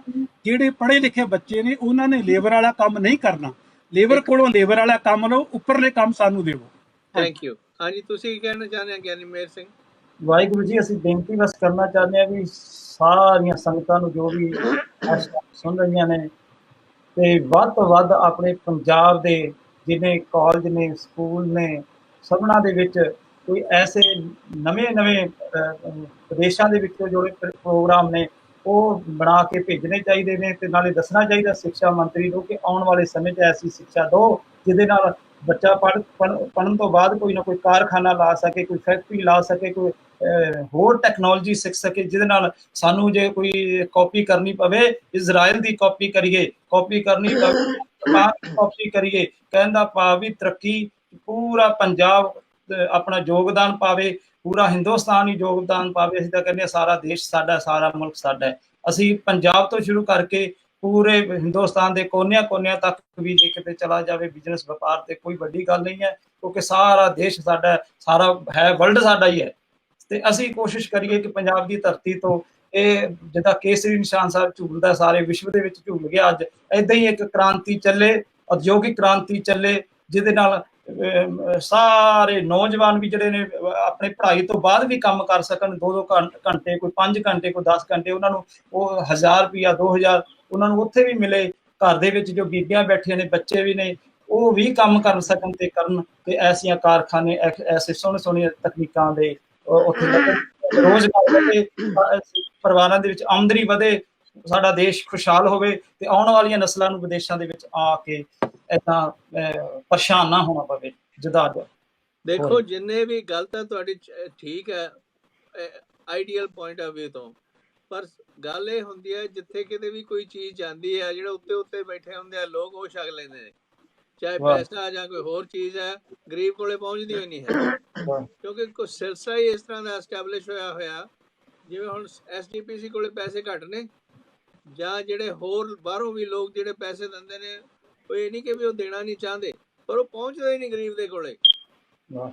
ਸਿਸਟਮ ਹੀ ਕੁਛ ਇਸ ਤਰ੍ਹਾਂ ਦਾ ਉਤਿਆ ਹੋਇਆ ਕਿ ਉਹਦੇ ਵਿੱਚ ਉਹ ਪਹੁੰਚਦੇ ਹੀ ਨਹੀਂ ਗਰੀਬ ਦੇ ਕੋਲੇ। ਇੱਕ ਮਿੰਟ ਜੀ, ਅਸੀਂ ਖਾਲਸਾ ਜੀ ਬੇਨਤੀ ਇਹ ਕਰਦੇ ਆ ਵੀ ਜਿੰਨਾ ਪੰਥ ਦਾ ਖਜ਼ਾਨਾ ਤੁਸੀਂ ਦੱਸਿਆ SGPC ਕੋਲ, ਹਾਂਜੀ, ਸਾਰੇ ਪੰਥ ਦਾ ਖਜ਼ਾਨਾ ਜਿਸਦਾ ਵੀ ਪਤਾ ਉਹਦਾ ਸਾਰੇ ਵਰਲਡ ਨੂੰ ਹੋਣਾ ਚਾਹੀਦਾ, ਸਾਰੇ ਕੰਪਿਊਟਰਾਂ 'ਚ ਆਉਣਾ ਚਾਹੀਦਾ, ਸਾਰੇ ਮੋਬਾਈਲਾਂ ਦੇ ਵਿੱਚ ਮੈਸੇਜ ਹੋਣਾ ਚਾਹੀਦਾ, ਪਤਾ ਲੱਗੇ ਕਿ ਸਾਡੇ ਪੰਥ ਦਾ ਖਜ਼ਾਨਾ, ਸਾਡੇ ਗੁਰੂ ਦਾ ਖੀਸਾ ਕਿੱਡਾ ਵੱਡਾ ਹੈ। ਉਸ ਤੋਂ ਬਾਅਦ ਵਰਲਡ ਦੇ ਗੁਰਦੁਆਰਿਆਂ ਦਾ ਵੀ ਖਜ਼ਾਨਾ ਇੱਕ ਥਾਂ ਤੇ ਇਕੱਠਾ ਕਰ ਦਿੱਤਾ ਜਾਵੇ, ਤਾਂ ਵੀ ਕੋਈ ਅਤਕਥਨੀ ਨਹੀਂ। ਪੂਰੇ ਪੰਜਾਬ ਦਾ ਖਜ਼ਾਨਾ ਵੀ ਪੂਰੇ ਵਰਲਡ ਗੁਰਦੁਆਰਿਆਂ ਦਾ ਖਜ਼ਾਨਾ ਇੱਕ ਸੰਗਰਾਂਦ ਵਾਲੇ ਦਿਨ ਭਾਵੇਂ ਕੋਈ ਇੱਕ ਦਿਨ ਰੱਖਿਆ ਜਾਵੇ, ਇਕੱਠਾ ਕਰ ਦਿੱਤਾ ਜਾਵੇ, ਇੱਕ ਖਾਲਸਾ ਬੈਂਕ ਵਰਲਡ ਬੈਂਕ ਬਣਾ ਦਿੱਤੀ ਜਾਵੇ। ਇਹ ਨਹੀਂ ਹੋ ਸਕਦਾ, ਇਹ ਸਾਰੀ ਇਸ ਵੇਲੇ ਇਹ ਚੀਜ਼ਾਂ ਘਰ ਦੇ ਵਿੱਚ 4 ਜੀ ਰਹਿੰਦੇ ਨੇ, 5 ਜੀ ਰਹਿੰਦੇ ਨੇ, 5 ਜੀਆਂ ਦੀ ਜੇਬ ਤਾਂ ਇਕੱਠੀ ਨਹੀਂ ਹੁੰਦੀ ਜੀ। ਐਡਾ ਖਾਲਸਾ ਕੌਮ ਦਾ ਕਿੱਥੇ ਹੋਣਾ। ਖੈਰ ਇਹਨਾਂ ਗੱਲਾਂ ਦੀ ਸਾਨੂੰ ਇਹਨਾਂ ਗੱਲਾਂ ਦੀ ਸਾਡਾ ਸੁਪਨਾ ਨਹੀਂ ਅਸੀਂ ਸੁਪਨੇ ਜਿੱਦਾਂ ਸ਼੍ਰੋਮਣੀ ਉਹ ਸੁਪਨੇ ਗਿਆਨੀ ਜੀ ਅਸੀਂ ਉਹ ਸੁਪਨੇ ਨਹੀਂ ਇਕੱਠਾ ਹੋ ਜਾਏ ਤੇ ਫਿਰ ਅਸੀਂ ਉਹ ਸੁਪਨੇ ਠੀਕ ਹੈ, ਪਰ ਉਹ ਹਲੇ ਅਸੀਂ ਉਹ ਸੁਪਨੇ ਨਹੀਂ ਵੇਖਣੇ ਡਾਕਟਰ ਕਿਰਪਾਲ ਸਿੰਘ ਜੀ। ਹਾਂਜੀ, ਅਸੀਂ ਉਹ ਸੁਪਨੇ ਨਹੀਂ ਦੇਖਣੇ ਜਿਹੜੇ ਪੂਰੇ ਨਾ ਹੋ ਸਕਣ। ਪੂਰੇ ਕਰਨ ਵਾਸਤੇ ਸਾਡੀ ਜਿਹੜੀ ਇਸ ਮੌਕੇ ਸਾਡੀ ਮੌਜੂਦਾ ਲੋੜ ਹੈ, ਅਸੀਂ ਇਹ ਸ਼ਹੀਦੀ ਜਿਹੜਾ ਸਾਡਾ ਤੁਰਿਆ ਜਾ ਰਿਹਾ ਵੀਕ, ਇਹਦੇ ਵਿੱਚੋਂ ਕੁਝ ਜੋ ਸਿੱਖਣ ਦੀ ਸਾਡੀ ਇੱਛਾ ਵਾ, ਅਸੀਂ ਸਿੱਖਣਾ ਚਾਹੁੰਦੇ ਹਾਂ। ਇਹਦੇ ਵਿੱਚ ਅਸੀਂ ਆਪਣੀ ਨੌਜਵਾਨ ਜਿਹੜੀ ਸਾਡਾ ਤਬਕਾ ਵਾ, ਉਹ ਨੌਜਵਾਨ ਬੱਚਿਆਂ ਨੂੰ ਠੀਕ ਪੜ੍ਹਾਈਆਂ ਦਈਏ ਤੇ ਠੀਕ ਇੱਥੇ ਜਿੰਨੇ ਵੀ ਵੀਰ ਸਾਡੇ ਇਸ ਚੈਨਲ ਦੁਆਰਾ ਵਿਦੇਸ਼ਾਂ 'ਚ ਬੈਠੇ ਨੇ, ਅਸੀਂ ਉਹਨਾਂ ਨੂੰ ਪੰਜਾਬ ਦੀ ਧਰਤੀ 'ਚ ਬੈਠ ਕੇ ਵਚਨ ਦੱਸਣਾ ਚਾਹੁੰਦੇ ਹਾਂ। ਅਸੀਂ ਮਿਹਨਤਾਂ ਕਰਨ ਨੂੰ ਤਿਆਰ ਹਾਂ। ਸਾਡੇ ਬੱਚਿਆਂ ਨੇ ਪੜ੍ਹਾਈਆਂ ਬਹੁਤ ਕਰ ਲਈਆਂ ਨੇ, ਮੇਰਾ ਬੇਟਾ ਵੀ ਡਾਕਟਰ ਡਿਗਰੀ ਦੇ ਕੋਲੇ ਪਹੁੰਚ ਗਿਆ। ਸਾਰੇ ਬੱਚਿਆਂ ਨੇ ਪੜ੍ਹਾਈਆਂ ਕੀਤੀਆਂ ਬੈਠੇ ਨੇ। ਸਾਨੂੰ ਇੱਥੇ ਚੰਗੇ ਤੋਂ ਚੰਗੇ ਕਾਰਖਾਨੇ ਲਗਾ ਕੇ ਦੇਵੋ। ਅਸੀਂ ਇੱਥੇ ਕੰਮ ਕਰਨ ਨੂੰ ਸਾਰੇ ਤਿਆਰ ਹਾਂ। ਕੋਈ ਸਾਡੇ ਵਿੱਚ ਘਾਟ ਨਹੀਂ, ਨਾ ਕਿ ਅਸੀਂ ਖਜ਼ਾਨੇ, ਨਾ ਤਾਂ ਇੱਕ ਘਰ ਦੇ ਵਿੱਚ 4 ਜੀਆਂ ਦੀਆਂ ਜੇਬਾਂ ਤਾਂ ਇਕੱਠੀਆਂ ਨਹੀਂ ਹੁੰਦੀਆਂ ਤੇ ਕੌਮ ਦਾ ਖਜ਼ਾਨਾ ਕਿੱਥੋਂ ਇਕੱਠਾ ਹੋਣਾ। ਇਹ ਕੁਝ ਨਹੀਂ ਹੋ ਸਕਣਾ। ਜਿਹੜੀਆਂ ਸਾਡੀਆਂ ਸ਼੍ਰੋਮਣੀ ਸਾਡੀਆਂ ਗੁਰੂ ਜੀ ਦਾ ਤੇ ਗੁਰੂ ਜੀ ਦਾ ਖਜ਼ਾਨਾ ਇਕੱਠਾ ਹੋ ਜਾਏ ਤਾਂ ਕੋਈ ਹਰਕਤ ਵੀ ਨਹੀਂ ਹੈ। ਤੇ ਬਾਜਾਂ ਵਾਲੇ ਦਾ ਖਜ਼ਾਨਾ, ਨਾਨਕ ਸਾਹਿਬ ਦਾ ਖਜ਼ਾਨਾ ਜੋ ਗੁਰੂ ਘਰ ਆਉਂਦਾ ਹੈ, ਸਾਡਾ ਨਹੀਂ ਹੈ, ਉਹਦਾ ਗੁਰੂ ਹੈ। ਗੁਰੂ ਦਾ ਖਜ਼ਾਨਾ ਇੱਕ ਥਾਂ ਤੇ ਇਕੱਠਾ ਕਰਕੇ ਲੋੜਵੰਦ ਫੈਕਟਰੀ ਕਾਰਖਾਨੇ ਵਾਸਤੇ ਲੋਨ ਦਿੱਤਾ ਜਾ ਸਕਦਾ ਹੈ, ਕੰਮ ਚਲਾਏ ਜਾ ਸਕਦੇ ਨੇ। ਇਹ ਗੱਲਾਂ ਤਾਂ ਠੀਕ ਨੇ, ਪਰ ਗੱਲਾਂ ਠੀਕ ਹੈ, ਪਰ ਪ੍ਰੈਕਟੀਕਲ ਪੁਆਇੰਟ ਆਫ ਵਿਊ ਤੋਂ ਇਹ ਜਿਹੜੀ ਹਾਲਤ ਹੈ ਨਾ ਇਸ ਵੇਲੇ, ਇਹ ਨਹੀਂ ਹੋਣੀ ਹੈ। ਪ੍ਰੈਕਟੀਕਲ ਪਹਿਲਾਂ ਛੋਟੇ ਤੋਂ ਕੰਮ ਸ਼ੁਰੂ ਕਰਾਂਗੇ ਤਾਂ ਹੀ ਵੱਡਾ ਬਣੂਗਾ ਨਾ। ਜੇ ਹਲੇ ਛੋਟੇ ਲੈਵਲ ਤੇ ਬੱਚਿਆਂ ਦੀ ਪੜ੍ਹਾਈ ਜਾਂ ਬੱਚਿਆਂ ਨੂੰ ਜਿਹੜੇ ਕੰਮਕਾਰ ਕਰਨੇ ਨੇ, ਇੱਥੇ ਦੇਖੋ ਤੁਹਾਨੂੰ ਮੈਂ ਦੱਸਾਂ ਕੀ ਮੇਨ ਚੀਜ਼ ਹੁੰਦੀ ਹੈ। ਇੱਥੇ ਤਰੱਕੀ ਦਾ ਕਾਰਨ ਕੀ ਹੈ? ਪਹਿਲੀ ਤਾਂ ਗੱਲ, ਇੱਥੇ ਗੌਰਮੈਂਟ ਤੋਂ ਕੋਈ ਨਹੀਂ ਮੰਗਦੇ ਚੀਜ਼। ਲੋਕ ਜਿਹੜੇ ਆਪਣੇ ਪੈਰਾਂ ਤੇ ਆਪ ਖੜੇ ਹੋਣ ਦੀ ਕੋਸ਼ਿਸ਼ ਕਰਦੇ, ਉਹ ਆਪਣੇ ਪੈਰਾਂ ਤੇ ਖੜੇ ਹੋਣ ਦਾ ਕੋਸ਼ਿਸ਼ ਇਸ ਤਰ੍ਹਾਂ ਹੁੰਦੀ ਆ, ਉਹ ਅਪ੍ਰੈਂਟਿਸ ਬਣ ਜਾ, ਦੂਜੇ ਦੇ ਥੱਲੇ ਕੰਮ ਕਰਦੇ ਆ, ਉੱਥੇ ਕੰਮ ਸਿੱਖ ਕੇ ਗਾਂ ਦੀ ਗਾਂ ਫਿਰ ਆਪਣਾ ਕੰਮ ਖੋਲਦੇ ਨੇ। ਇੱਥੇ ਜਿਹੜੀ ਪੜ੍ਹਾਈ ਕੀਤੀ ਜਾਂਦੀ ਹੈ, ਇਕੱਲੀ ਪੜ੍ਹਾਈ ਨਹੀਂ ਹੁੰਦੀ, ਨਾਲ ਉਹਦੇ ਵੋਕੇਸ਼ਨਲ ਟ੍ਰੇਨਿੰਗ ਵੀ ਹੁੰਦੀ ਹੈ ਕਿ ਵੀ ਤੁਸੀਂ ਜਦੋਂ ਦਾ ਆਪਣਾ ਕੋਰਸ ਕਰ ਲਓ ਤੇ ਕੰਮ ਵੀ ਕਰ ਸਕੋ। ਇਹ ਨਾ ਹੋਵੇ ਕਿ ਵੀ ਤੁਹਾਨੂੰ ਕਿਤਾਬਾਂ ਦੀ ਪੜ੍ਹਾਈ ਹੋ ਗਈ ਪਰ ਪ੍ਰੈਕਟੀਕਲ ਕੁਝ ਨਹੀਂ ਆਉਂਦਾ ਹੈ। ਤੋ ਇੱਥੇ ਦਾ ਜਿਹੜਾ ਸਿਲਸਿਲਾ ਇਹ ਜਿਹੜਾ ਹੈਗਾ, ਇਹ ਆਪਣੇ ਪੈਰਾਂ ਤੇ ਆਪ ਹੋਣ ਵੱਲ ਧਿਆਨ ਦੇਣ ਲਈ ਹੈ। ਜੇ ਫਰਜ਼ ਕਰੋ ਤੁਸੀਂ ਬਾਈਸਾਈਕਲ ਪੰਕਚਰ ਲਾਉਣ ਦੀ ਖੋਲ ਲਈ ਦੁਕਾਨ, ਉਹ ਇੱਥੇ ਨਹੀਂ ਰਹਿੰਦਾ ਬਸ ਉਹਦੇ ਤੇ ਖੁਸ਼ ਹੋ ਜੇ, ਉਹ ਕਹਿੰਦਾ ਮੈਂ ਉਹ ਜਿਹੀਆਂ 10 ਦੁਕਾਨਾਂ ਹੋਰ ਖੋਲਾਂ, ਦੂਜਾ ਬੰਦਿਆਂ ਨੂੰ ਨਾਲ ਲਾ ਲਾਂ। ਇੱਥੇ ਇਸ ਤਰ੍ਹਾਂ ਲੋਕ ਆਰਗੇਨਾਈਜ਼ ਕਰਦੇ ਨੇ, ਛੋਟੇ ਤੋਂ ਸ਼ੁਰੂ ਕਰਕੇ ਤਾਂ ਹੌਲੀ ਹੌਲੀ ਵੱਡੇ ਬਣਦੇ ਨੇ, ਨਾ ਕਿ ਕੋਈ ਵੱਡਾ ਆ ਕੇ ਉਹਨਾਂ ਨੂੰ ਦੇਵੇ ਤੇ ਉਹਦੇ ਉਹ ਨੌਕਰੀ ਕਰਨ। ਇੱਥੇ ਉਹ ਰਿਵਾਜ ਨਹੀਂ ਹੈ ਬਾਹਰਲੇ ਮੁਲਕਾਂ ਦੇ ਵਿੱਚ, ਖਾਸ ਤੌਰ ਤੇ ਅਮਰੀਕਾ ਦੇ ਵਿੱਚ। ਇਹ ਤਾਂ ਕਿੰਨਾ ਚੰਗਾ ਹੋਵੇ ਜਿਹਦਾ ਪਤਾ ਲੱਗੇ ਜਿੰਨੇ ਯੂਕੇ ਦੇ ਗੁਰਦੁਆਰੇ ਸਾਹਿਬ ਨੇ ਸਾਰਿਆਂ ਦਾ ਖਜ਼ਾਨਾ ਇਕੱਠਾ, ਅਮਰੀਕਾ ਦੇ ਗੁਰਦੁਆਰਿਆਂ ਦਾ ਇਕੱਠਾ, ਕੈਨੇਡਾ ਦੇ ਗੁਰਦੁਆਰਿਆਂ ਦਾ ਇਕੱਠਾ, ਇਹ ਸਾਰਾ ਵਿਸ਼ਵ ਖਾਲਸਾ ਵੀ ਉਹ ਪੈਸੇ ਨੂੰ, ਗੁਰੂ ਦੇ ਪੈਸੇ ਨੂੰ ਕਿੱਥੇ ਲਾਈਏ? ਪਰ ਗਿਆਨੀ ਜੀ, ਉਹ ਗੱਲਾਂ ਜਿਹੜੀਆਂ ਦੇ ਉਹ ਪ੍ਰੈਕਟੀਕਲ ਨਹੀਂ, ਜਿਹੜੀ ਤੁਸੀਂ ਗੱਲ ਕਰ ਰਹੇ ਆ ਇਸ ਵੇਲੇ, ਇਹ ਨਹੀਂ ਹੋ ਸਕਣੀ। ਪੈਰਾਂ ਤੇ ਜਿਹੜੀ ਸਾਡੀ ਦੇਖੋ, ਜਿਹੜਾ ਆਪਣੇ ਪੈਰਾਂ ਤੇ ਖੜੇ ਹੋਣ ਲਈ ਹੈ ਨਾ, ਮਿਹਨਤ ਕਰਨੀ, ਆਪਣੇ ਪੈਰਾਂ ਤੋਂ ਚੀਜ਼ਾਂ ਸ਼ੁਰੂ ਕਰਨੀਆਂ, ਇਹਨਾਂ ਦੀ ਟ੍ਰੇਨਿੰਗ ਘਰਾਂ ਦੇ ਵਿੱਚੋਂ ਸ਼ੁਰੂ ਹੋ ਜਾਂਦੇ। ਛੋਟੇ ਛੋਟੇ ਬੱਚੇ ਜਿਹੜੇ ਨੇ ਅਖਬਾਰ ਵੇਚਦੇ ਨੇ, ਹੌਲੀ ਹੌਲੀ ਥੋੜੇ ਥੋੜੇ ਪੈਸੇ ਇਕੱਠੇ ਕਰਕੇ ਉਹਨਾਂ ਨੂੰ ਹੌਸਲਾ ਬਣਦਾ ਕਿ ਪੈਸੇ ਕਿਵੇਂ ਗਿਣਦੇ ਆ, ਗਾਂ ਕਿਵੇਂ ਕਰਨਾ। ਅੱਛਾ, ਕੀ ਆ, ਲੋਕਾਂ ਦਾ ਘਾਹ ਕੱਟਦੇ ਨੇ, ਉੱਥੋਂ ਉਹਨਾਂ ਦੀ ਆਦਤ ਬਣਦੀ ਹੈ ਕੰਮ ਕਰਨ ਦੀ। ਜਾਂ ਕੀ ਕਰਦੇ ਨੇ ਉਹ ਛੋਟੇ ਛੋਟੇ ਬੱਚੇ ਦੂਜਿਆਂ ਦੇ ਨਾਲ ਲੱਗ ਕੇ ਕਿ ਬਈ ਉਹਨਾਂ ਦੀ ਮਦਦ ਕਰਦੇ ਨੇ ਤਾਂ ਕਿ ਉਹਨਾਂ ਨੂੰ ਵੀ ਢੰਗ ਆਵੇ ਕੰਮ ਕਰਨ ਦਾ। ਸਾਡੇ ਕਹਿੰਦੇ ਵੀ ਕੰਮ ਹੋਵੇ ਬਿਲਕੁਲ ਜਿਹੜਾ ਵੱਡਾ, ਮੈਂ ਤਾਂ DC ਲੱਗਣਾ ਪਹਿਲਾਂ, ਬਾਕੀ ਦੇ ਕੰਮ ਕਰਦੇ ਨਹੀਂ।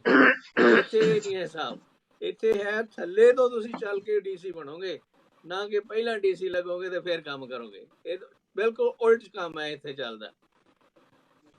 ਉਹ ਫਿਰ ਜਿਹੜੇ ਬੰਦੇ ਤਜਰਬੇਕਾਰ ਹੁੰਦੇ ਨੇ, ਜਿਉਂ-ਜਿਉਂ ਅੱਗੇ ਵਧਦੇ ਨੇ, ਉਹਨਾਂ ਨੂੰ ਫਿਰ ਪੁੱਛਣ ਦੱਸਣ ਦੀ ਲੋੜ ਨਹੀਂ ਪੈਂਦੀ, ਉਹ ਦੂਜਿਆਂ ਨੂੰ ਸਿਖਾਉਂਦੇ ਨੇ, ਨਾਲੋਂ ਨਾਲ ਆਪ ਸਿੱਖਦੇ ਨੇ।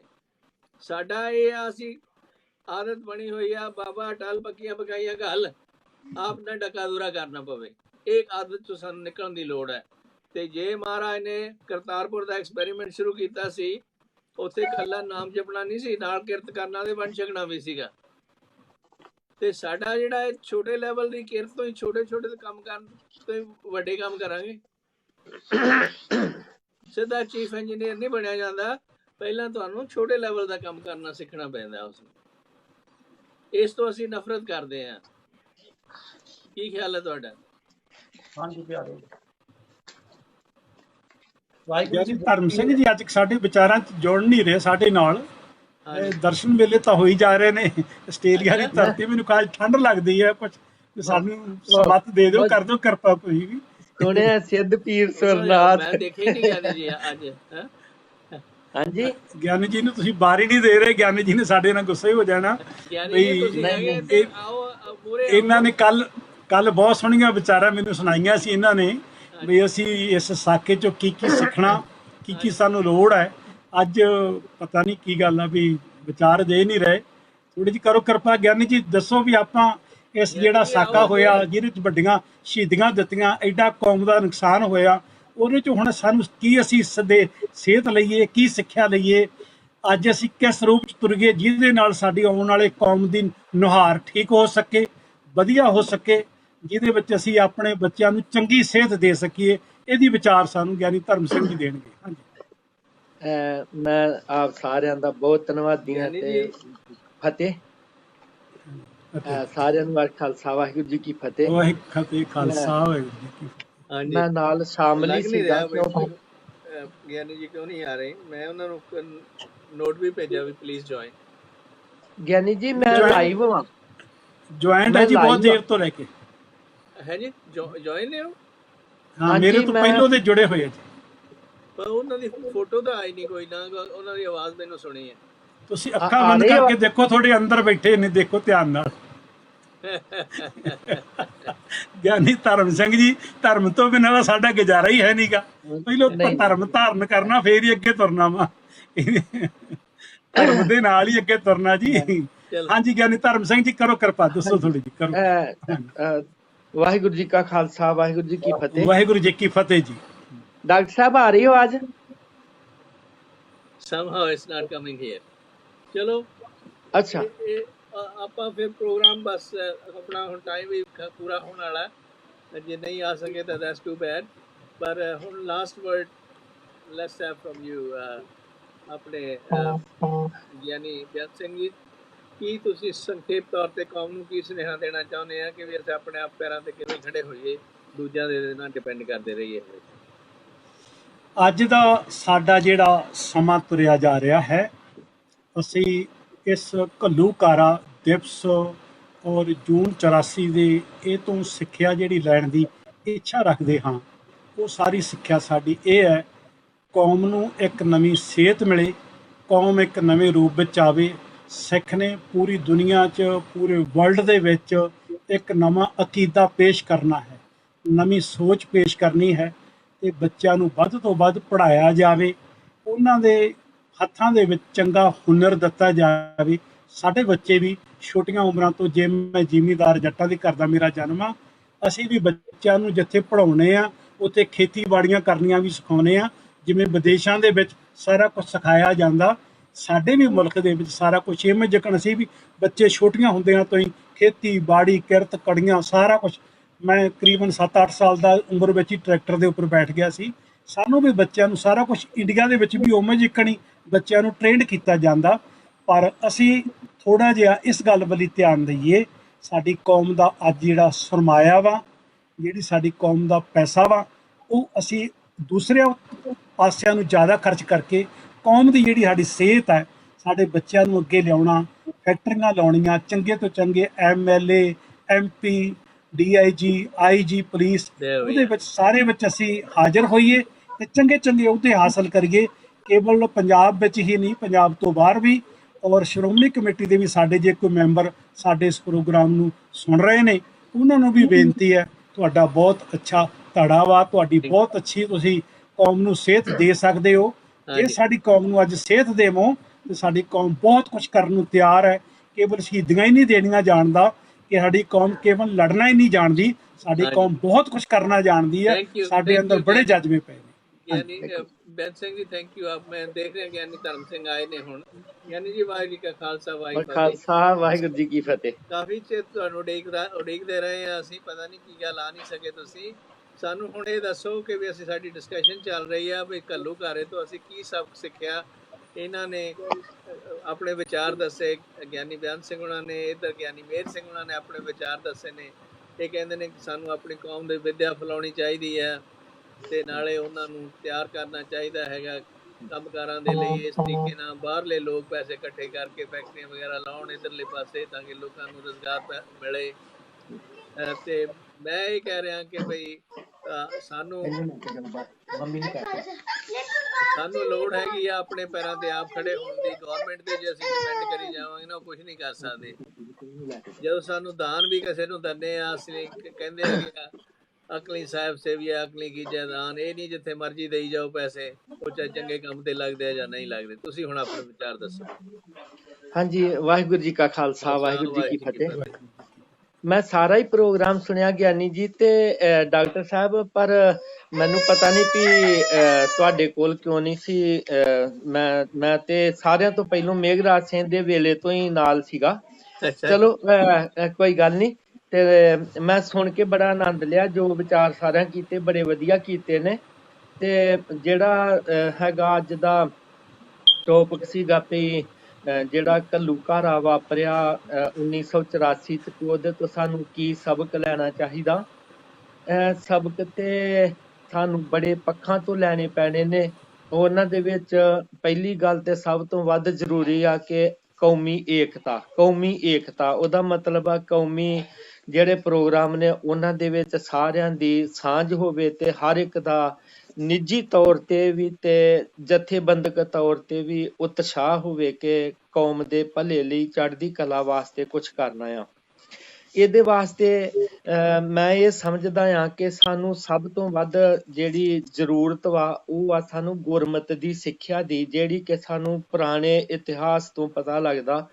ਜਦੋਂ ਸਿੱਖ ਜੰਗਲਾਂ 'ਚ ਰਹੇ, ਜੰਗਾਂ ਯੁੱਧਾਂ 'ਚ ਰਹੇ, ਬੀਕਾਨੇਰ ਵਰਗੇ ਮਾਰੂਥਲਾਂ ਤੇ ਛੰਭਾਂ 'ਚ ਰਹੇ, ਉਹਨਾਂ ਦਿਨਾਂ ਦੇ ਵਿੱਚ ਵੀ ਸਿੱਖ ਨੇ ਆਪਣੇ ਬੱਚਿਆਂ ਦੇ ਅੰਦਰ ਸਿੱਖੀ ਕੁੱਟ-ਕੁੱਟ ਕੇ ਭਰ ਦਿੱਤੀ। ਬਾਣੀ ਦਾ ਪਿਆਰ, ਆਪਣਾ ਕੌਮੀ ਪਿਆਰ, ਕੁਰਬਾਨੀ ਦਾ ਜਜ਼ਬਾ, ਸੇਵਾ ਦਾ ਜਜ਼ਬਾ, ਉਹ ਸਾਰੇ ਜਿਹੜੇ ਨੇ ਉਹ ਅੱਜ ਵੀ ਅਸੀਂ ਆਪਣੇ ਪਰਿਵਾਰਾਂ ਦੇ ਵਿੱਚ, ਆਪਣੇ ਬੱਚਿਆਂ ਦੇ ਵਿੱਚ ਭਰਨ ਦੀ ਕੋਸ਼ਿਸ਼ ਕਰੀਏ। ਪਹਿਲੀ ਗੱਲ ਤਾਂ ਇਹ ਆ, ਸਬਕ ਲੈਣਾ ਚਾਹੀਦਾ ਸਾਨੂੰ ਇਸ ਘੱਲੂਘਾਰੇ ਤੋਂ।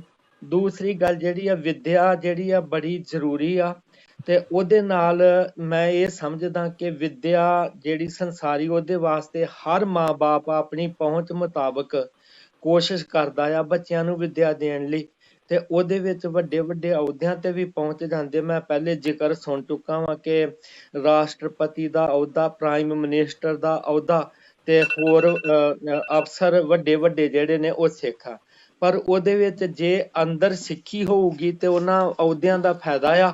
ਜੇ ਨਹੀਂ ਸਿੱਖੀ ਅੰਦਰ, ਜੇ ਗੁਰਮਤ ਦੀ ਸੋਝੀ ਨਹੀਂ ਤੇ ਉਹ ਸਾਨੂੰ ਫਾਇਦੇ ਦੀ ਥਾਂ ਨੁਕਸਾਨ ਪਹੁੰਚਾਉਂਦੀ ਆ। ਉਹ ਅਸੀਂ ਦੇਖ ਸਕਦੇ ਹਾਂ KPS ਗਿੱਲ ਜਿਹੜਾ ਆ ਉਹ ਸਾਬਤ ਸੂਰਤ ਹੀ ਸੀਗਾ ਉਹ। ਤੇ ਇਹੋ ਜਿਹੇ ਬਥੇਰੇ ਸਾਡੇ ਕੋਲੋਂ ਉਦਾਹਰਨਾਂ ਨੇ। ਤੇ ਇਹ ਇਸ ਕਰਕੇ ਵਿੱਦਿਆ ਵੀ ਜ਼ਰੂਰੀ ਆ, ਪਰ ਇਹਨਾਂ ਸਾਰਿਆਂ ਦੇ ਨਾਲ ਗੁਰਮਤ ਦੀ ਜਿਹੜੀ ਸਿੱਖਿਆ ਆ ਉਹ ਸਾਡੇ ਕੋਲ ਆਉਣੀ ਚਾਹੀਦੀ ਆ। ਤੁਸੀਂ ਬੜੇ ਸੋਹਣੇ ਸਾਰਿਆਂ ਵਿਚਾਰ ਕੀਤੇ ਆ। ਜਾਤ ਪਾਤ ਦਾ, ਧੜੇਬੰਦੀ ਦਾ ਜਿਹੜਾ ਆ, ਇਹਨਾਂ ਤੋਂ ਸਾਨੂੰ ਉੱਪਰ ਉੱਠਣਾ ਚਾਹੀਦਾ। ਪਰ ਇਹ ਸਾਰਾ ਤਾਂ ਹੀ ਹੋਣਾ ਵਾ ਜਦੋਂ ਸਾਡੇ ਅੰਦਰ ਗੁਰਮਤ ਦਾ ਹੋਊਗਾ ਅੰਦਰ ਜਜ਼ਬਾ। ਹਾਂਜੀ। ਤੇ ਮੈਂ ਇੱਕ ਗੱਲ ਹੋਰ ਸਮਝਦਾ ਵਾਂ ਕਿ ਜਿਹੜਾ ਪ੍ਰਚਾਰ ਆ, ਕਿਉਂਕਿ ਜਿਹੜਾ 84 ਤੋਂ ਬਾਅਦ ਸਾਡੇ ਨੁਕਸਾਨ ਬਹੁਤ ਹੋਏ ਨੇ, ਇੱਕ ਪੱਖੋਂ ਨਹੀਂ ਅਨੇਕਾਂ ਪੱਖਾਂ ਤੋਂ। ਕਿ ਜਿੱਥੇ ਸਾਡੇ ਪਹਿਲੋਂ ਸਮਾਗਮ ਰਾਗੀ ਢਾਡੀ ਗੁਰਮਤ ਦੇ ਪ੍ਰਚਾਰਕ ਹੁੰਦੇ ਸੀਗੇ, ਇਹ ਨਹੀਂ ਕਿ ਅੱਜ ਨਹੀਂ, ਬੜੇ ਪ੍ਰਚਾਰਕ ਨੇ, ਬੜੇ ਸਮਾਗਮ ਵੀ ਹੁੰਦੇ ਨੇ, ਪਰ ਉਹਨਾਂ ਸਮਾਗਮਾਂ ਨਾਲੋਂ ਜ਼ਿਆਦਾ ਲੱਚਰਤਾ ਵਾ। ਤੇ ਜਿਹੜੇ ਨੌਜਵਾਨ ਲੜਕੇ ਲੜਕੀਆਂ ਨੇ, ਜਿਸ ਤਰ੍ਹਾਂ ਉਹਨਾਂ ਗੰਦੇ ਤੋਂ ਗੰਦੇ ਗੀਤ ਗਾਏ ਜਾਂਦੇ ਨੇ ਤੇ ਉਹਨਾਂ 'ਚ ਉਹ ਹਿੱਸਾ ਲੈਂਦੇ ਨੇ ਤੇ ਨੱਚਦੇ ਟੱਪਦੇ ਨੇ, ਇੱਥੋਂ ਅਸੀਂ ਸੋਚ ਸਕਦੇ ਹਾਂ ਕਿ ਸਾਡੀ ਜਿਹੜੀ ਨੌਜਵਾਨ ਪੀੜ੍ਹੀ ਆ ਉਹ ਕਿੱਧਰ ਨੂੰ ਜਾ ਰਹੀ ਆ। ਤੇ ਉਹਦੇ ਵਾਸਤੇ ਮੈਂ ਸਮਝਦਾ ਕਿ ਜਦੋਂ ਗੁਰੂ ਅਰਜਨ ਦੇਵ ਜੀ ਮਹਾਰਾਜ ਦੀ ਸ਼ਹਾਦਤ ਹੋਈ, ਫਿਰ ਗੁਰੂ ਹਰਗੋਬਿੰਦ ਸਾਹਿਬ ਜੀ ਨੂੰ ਵੀ ਗ੍ਰਿਫਤਾਰ ਕਰ ਲਿਆ ਗਿਆ। ਤੇ ਉਸ ਵਕਤ ਸਾਡੇ ਜਿਹੜੇ ਬਜ਼ੁਰਗ ਸਤਿਕਾਰਯੋਗ ਬਾਬਾ ਬੁੱਢਾ ਜੀ, ਭਾਈ ਗੁਰਦਾਸ ਜੀ ਵਗੈਰਾ, ਉਹਨਾਂ ਨੇ ਕੌਮ ਨੂੰ ਜਿਸ ਤਰ੍ਹਾਂ ਸਾਂਭਿਆ ਸੀ, ਅੱਜ ਉਸ ਤਰ੍ਹਾਂ ਸਾਂਭਣ ਦੀ ਲੋੜ ਆ। ਉਹਨਾਂ ਨੇ ਪਿੰਡਾਂ ਪਿੰਡਾਂ ਦੇ ਵਿੱਚ ਚੌਂਕੀਆਂ ਸ਼ੁਰੂ ਕਰ ਦਿੱਤੀਆਂ ਸੀਗੀਆਂ, ਜਿਨ੍ਹਾਂ 'ਚ ਉਹ ਸ਼ਬਦ ਪੜ੍ਹਦੇ ਤੇ ਲੋਕਾਂ ਨੂੰ ਜਾਗਰੂਕ ਕਰਦੇ ਸੀਗੇ ਕਿ ਸਾਡੇ ਨਾਲ ਆਹ ਹੋ ਰਿਹਾ। ਤੇ ਇਹੋ ਜਿਹਾ ਅੱਜ ਵੀ ਚਾਹੀਦਾ ਕਿ ਜਿੱਥੇ ਜਿੱਥੇ ਵੀ ਕੋਈ ਪ੍ਰਚਾਰਕ ਬੈਠਾ ਆਪਣੇ ਘਰਾਂ ਦੇ ਵਿੱਚ, ਆਂਢ ਗੁਆਂਢ ਦੇ ਵਿੱਚ, ਪਿੰਡਾਂ ਦੇ ਵਿੱਚ ਤੁਰ ਪਵੇ। ਮੈਂ ਇਹ ਬਹੁਤਾ ਕੁਛ ਨਾ ਕਵਾਂ ਕਿਉਂਕਿ ਬਹੁਤ ਕੁਝ ਤੁਸੀਂ ਕਹਿ ਚੁੱਕੇ ਹੋ ਤੇ ਮੇਰੇ ਕੋਲ ਕੋਈ ਭੁੱਲ ਹੋਵੇ ਤੇ ਮੈਂ ਖਿਮਾ ਚਾਹੁੰਦਾ ਜੀ। Thank you. I think that's very nice summarising these ideas ਕਿ ਭਈ ਜਿਹੜੇ ਸਾਨੂੰ ਰਲ ਮਿਲ ਕੇ ਜੇ ਅਸੀਂ ਆਪਣਾ ਘੋਟਾਂਗੇ ਨਹੀਂ ਤੇ ਉਹਨਾਂ ਤੋਂ ਸਬਕ ਨਹੀਂ ਸਿੱਖਾਂਗੇ ਤੇ ਕੋਈ ਨਾ ਕੋਈ ਪ੍ਰੈਕਟੀਕਲ ਸਾਧਨ ਨਹੀਂ ਪੈਦਾ ਕਰਾਂਗੇ, ਅਸੀਂ ਤਰੱਕੀ ਨਹੀਂ ਕਰ ਸਕਦੇ।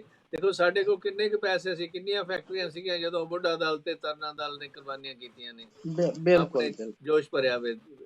ਤੇ ਇਹ ਜਿਹੜਾ ਹੈਗਾ ਕਿਸੇ ਦੇ ਦਿੱਤੇ ਤੇ ਕੁਝ ਨਹੀਂ ਬਣਨਾ ਹੈ, ਇਹਦਾ ਆਪਣੇ ਆਪ ਪੈਦਾ ਕਰਨੀਆਂ ਪੈਣੀਆਂ ਚੀਜ਼ਾਂ, ਉਹਨਾਂ ਨੂੰ ਅਸਿਸਟ ਕੀਤਾ ਜਾ ਸਕਦਾ। ਪਰ ਅਦਰਵਾਈਜ਼ ਤਾਂ ਖਾਂਦੇ ਖਾਂਦੇ ਤਾਂ ਖੂਹ ਖਾਲੀ ਹੋ ਜਾਂਦੇ ਆ, ਉਹ ਨਹੀਂ ਮੁੜ ਕੇ ਭਰਦੇ। ਤੇ ਇਹ ਜਿਹੜਾ ਜੋਸ਼ ਆ ਸਾਡਾ ਸਿੱਖੀ ਦਾ, ਬਵਾਣੀਆਂ ਕਹਾਣੀਆਂ ਪੁੱਤ ਸਪੁੱਤ ਕ੍ਰਹਿਣ ਤੇ ਇਹੋ ਜਿਹੀਆਂ ਜਿਹੜੀਆਂ ਚੀਜ਼ਾਂ ਨੇ, ਉਹ ਜਿੰਨਾ ਚਿਰ ਨਹੀਂ ਭਰੀਆਂ ਜਾਂਦੀਆਂ ਛੋਟੇ ਬੱਚਿਆਂ ਦੇ ਮਨਾਂ ਦੇ ਵਿੱਚ, ਵੱਡਿਆਂ ਤੇ ਉਹਨਾਂ ਤੇ ਆਸ ਨਹੀਂ ਰੱਖੀ ਜਾ ਸਕਦੀ ਕਿ ਉਹਨਾਂ ਦੀ ਜਿਹੜੀ ਕਰੈਕਟਰ ਡਿਵੈਲਪਮੈਂਟ ਹੋਊਗੀ। ਹਾਂਜੀ ਗਿਆਨੀ ਮੇਹਰ ਸਿੰਘ ਜੀ, ਤੁਹਾਡੇ ਲਈ ਜਸਟ 1 ਮਿੰਟ, ਤੁਸੀਂ ਕੋਈ ਸੁਨੇਹਾ ਦੇਣਾ ਹੋਵੇ ਕੌਮ ਨੂੰ। ਸਾਰੀ ਸੰਗਤਾਂ ਨੂੰ ਇਹੀ ਬੇਨਤੀ ਹੈ ਕਿ ਸਾਰੇ ਸੰਸਾਰ ਦੇ ਗੁਰੂ ਪਿਆਰੀ ਸਾਧ ਸੰਗਤ ਜੀ, ਗੁਰਸਿੱਖ ਸਾਰੀਆਂ ਸੰਗਤਾਂ ਰਲ ਮਿਲ ਕੇ ਖਾਲਸਾ ਪੰਥ ਦੀ ਏਕਤਾ ਪਿਆਰ ਦੇ ਵਿੱਚ ਯੋਗਦਾਨ ਪਾਓ। ਤੇ ਜਿੱਥੇ ਵੀ ਕਿਤੇ ਕੋਈ ਮਾੜੀ ਮੋਟੀ ਕੋਈ ਨਫ਼ਰਤ ਦੀ ਦਿਖਦੇ, ਉਹਨਾਂ ਨੂੰ ਮਿਟਾਉਣ ਦੀ ਕੋਸ਼ਿਸ਼ ਕਰੋ, ਸਮਝਾਉਣ ਦੀ ਕੋਸ਼ਿਸ਼ ਕਰੋ, ਆਪ ਵੀ ਸਮਝੋ, ਸਮਝਾਵੋ ਤੇ ਸਾਰੇ ਗਲ ਵਖੜੀਆਂ ਪਾਵੋ, ਸਾਰੇ ਏਕਤਾ ਪਿਆਰ ਕਰੋ ਤੇ ਕਿਸੇ ਵੀ ਕਿਸਮ ਦਾ ਕੋਈ ਕੌਮੀ ਵਿਵਾਦ ਨਾ ਪੈਦਾ ਹੋਵੇ।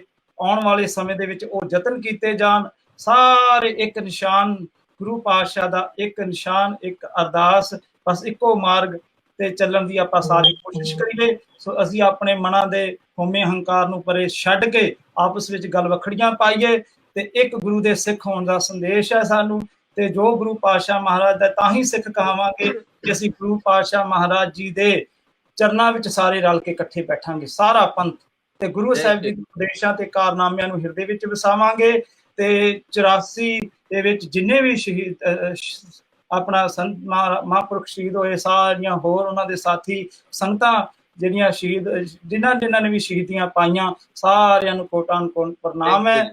ਪੰਥ ਦੇ ਸ਼ਹੀਦਾਂ ਨੂੰ ਨਮਸਕਾਰ ਹੈ। ਜਿੱਥੇ ਡੁੱਲਦਾ ਖੂਨ ਸ਼ਹੀਦਾਂ ਦਾ, ਤਕਦੀਰ ਬਦਲਦੀ ਕੌਮਾਂ ਦੀ, ਸਾਰੀਆਂ ਸੰਗਤਾਂ ਨੂੰ ਸਾਡੀ ਪਿਆਰ ਭਰੀ ਫਤਿਹ। ਸੋ ਗੁਰੂ ਪਾਤਸ਼ਾਹ ਮਹਾਰਾਜ ਕਿਰਪਾ ਕਰਨ, ਗੁਰੂ ਗ੍ਰੰਥ ਸਾਹਿਬ ਮਹਾਰਾਜ ਸਾਰੇ ਪਰਿਵਾਰ ਖਾਲਸਾ ਪਰਿਵਾਰ ਤੇ ਹੱਥ ਰੱਖਣ, ਸਾਰੇ ਮਿਲ ਜੁਲ ਕੇ ਚੜ੍ਹਦੀ ਕਲਾ ਹੋਣ ਵਾਲਾ ਸਮਾਂ ਜਿਹੜਾ ਖੁਸ਼ੀਆਂ ਦਾ ਹੋਵੇ, ਨਫ਼ਰਤ ਭੱਜ ਜਾਵੇ ਦੇ ਵਿੱਚੋਂ, ਪਿਆਰ ਹੀ ਪਿਆਰ ਹੋਵੇ, ਏਕਤਾ ਹੀ ਏਕਤਾ ਹੋਵੇ, ਕੋਈ ਕਿਸੇ ਪ੍ਰੋਗਰਾਮ ਖਤਮ ਹੈ ਤੇ ਆਪਾਂ ਸਭ ਨੂੰ ਫਤਿਹ ਤੇ ਗੁਰੂ ਚੜ੍ਹਦੀਆਂ ਕਲਾ ਬਖਸ਼ੇ। ਵਾਹਿਗੁਰੂ ਜੀ ਕਾ I'm going to say in the end that this program, sorry it got a little longer, we got a little out of focus, but thank you for audience and thank you for the participants for this. And I always get this my personal inspiration from the Shabad Tan Jiyo Tehko Jag Mein Mukte Harchit Mein Jud Vichare, jehda shabd hai, it gives me a lot of inspiration when I recite to myself. Acha ji, again thank you very much. ਤੇ ਵਾਹਿਗੁਰੂ ਜੀ ਕਾ ਖਾਲਸਾ, ਵਾਹਿਗੁਰੂ ਜੀ ਕੀ ਫਤਿਹ।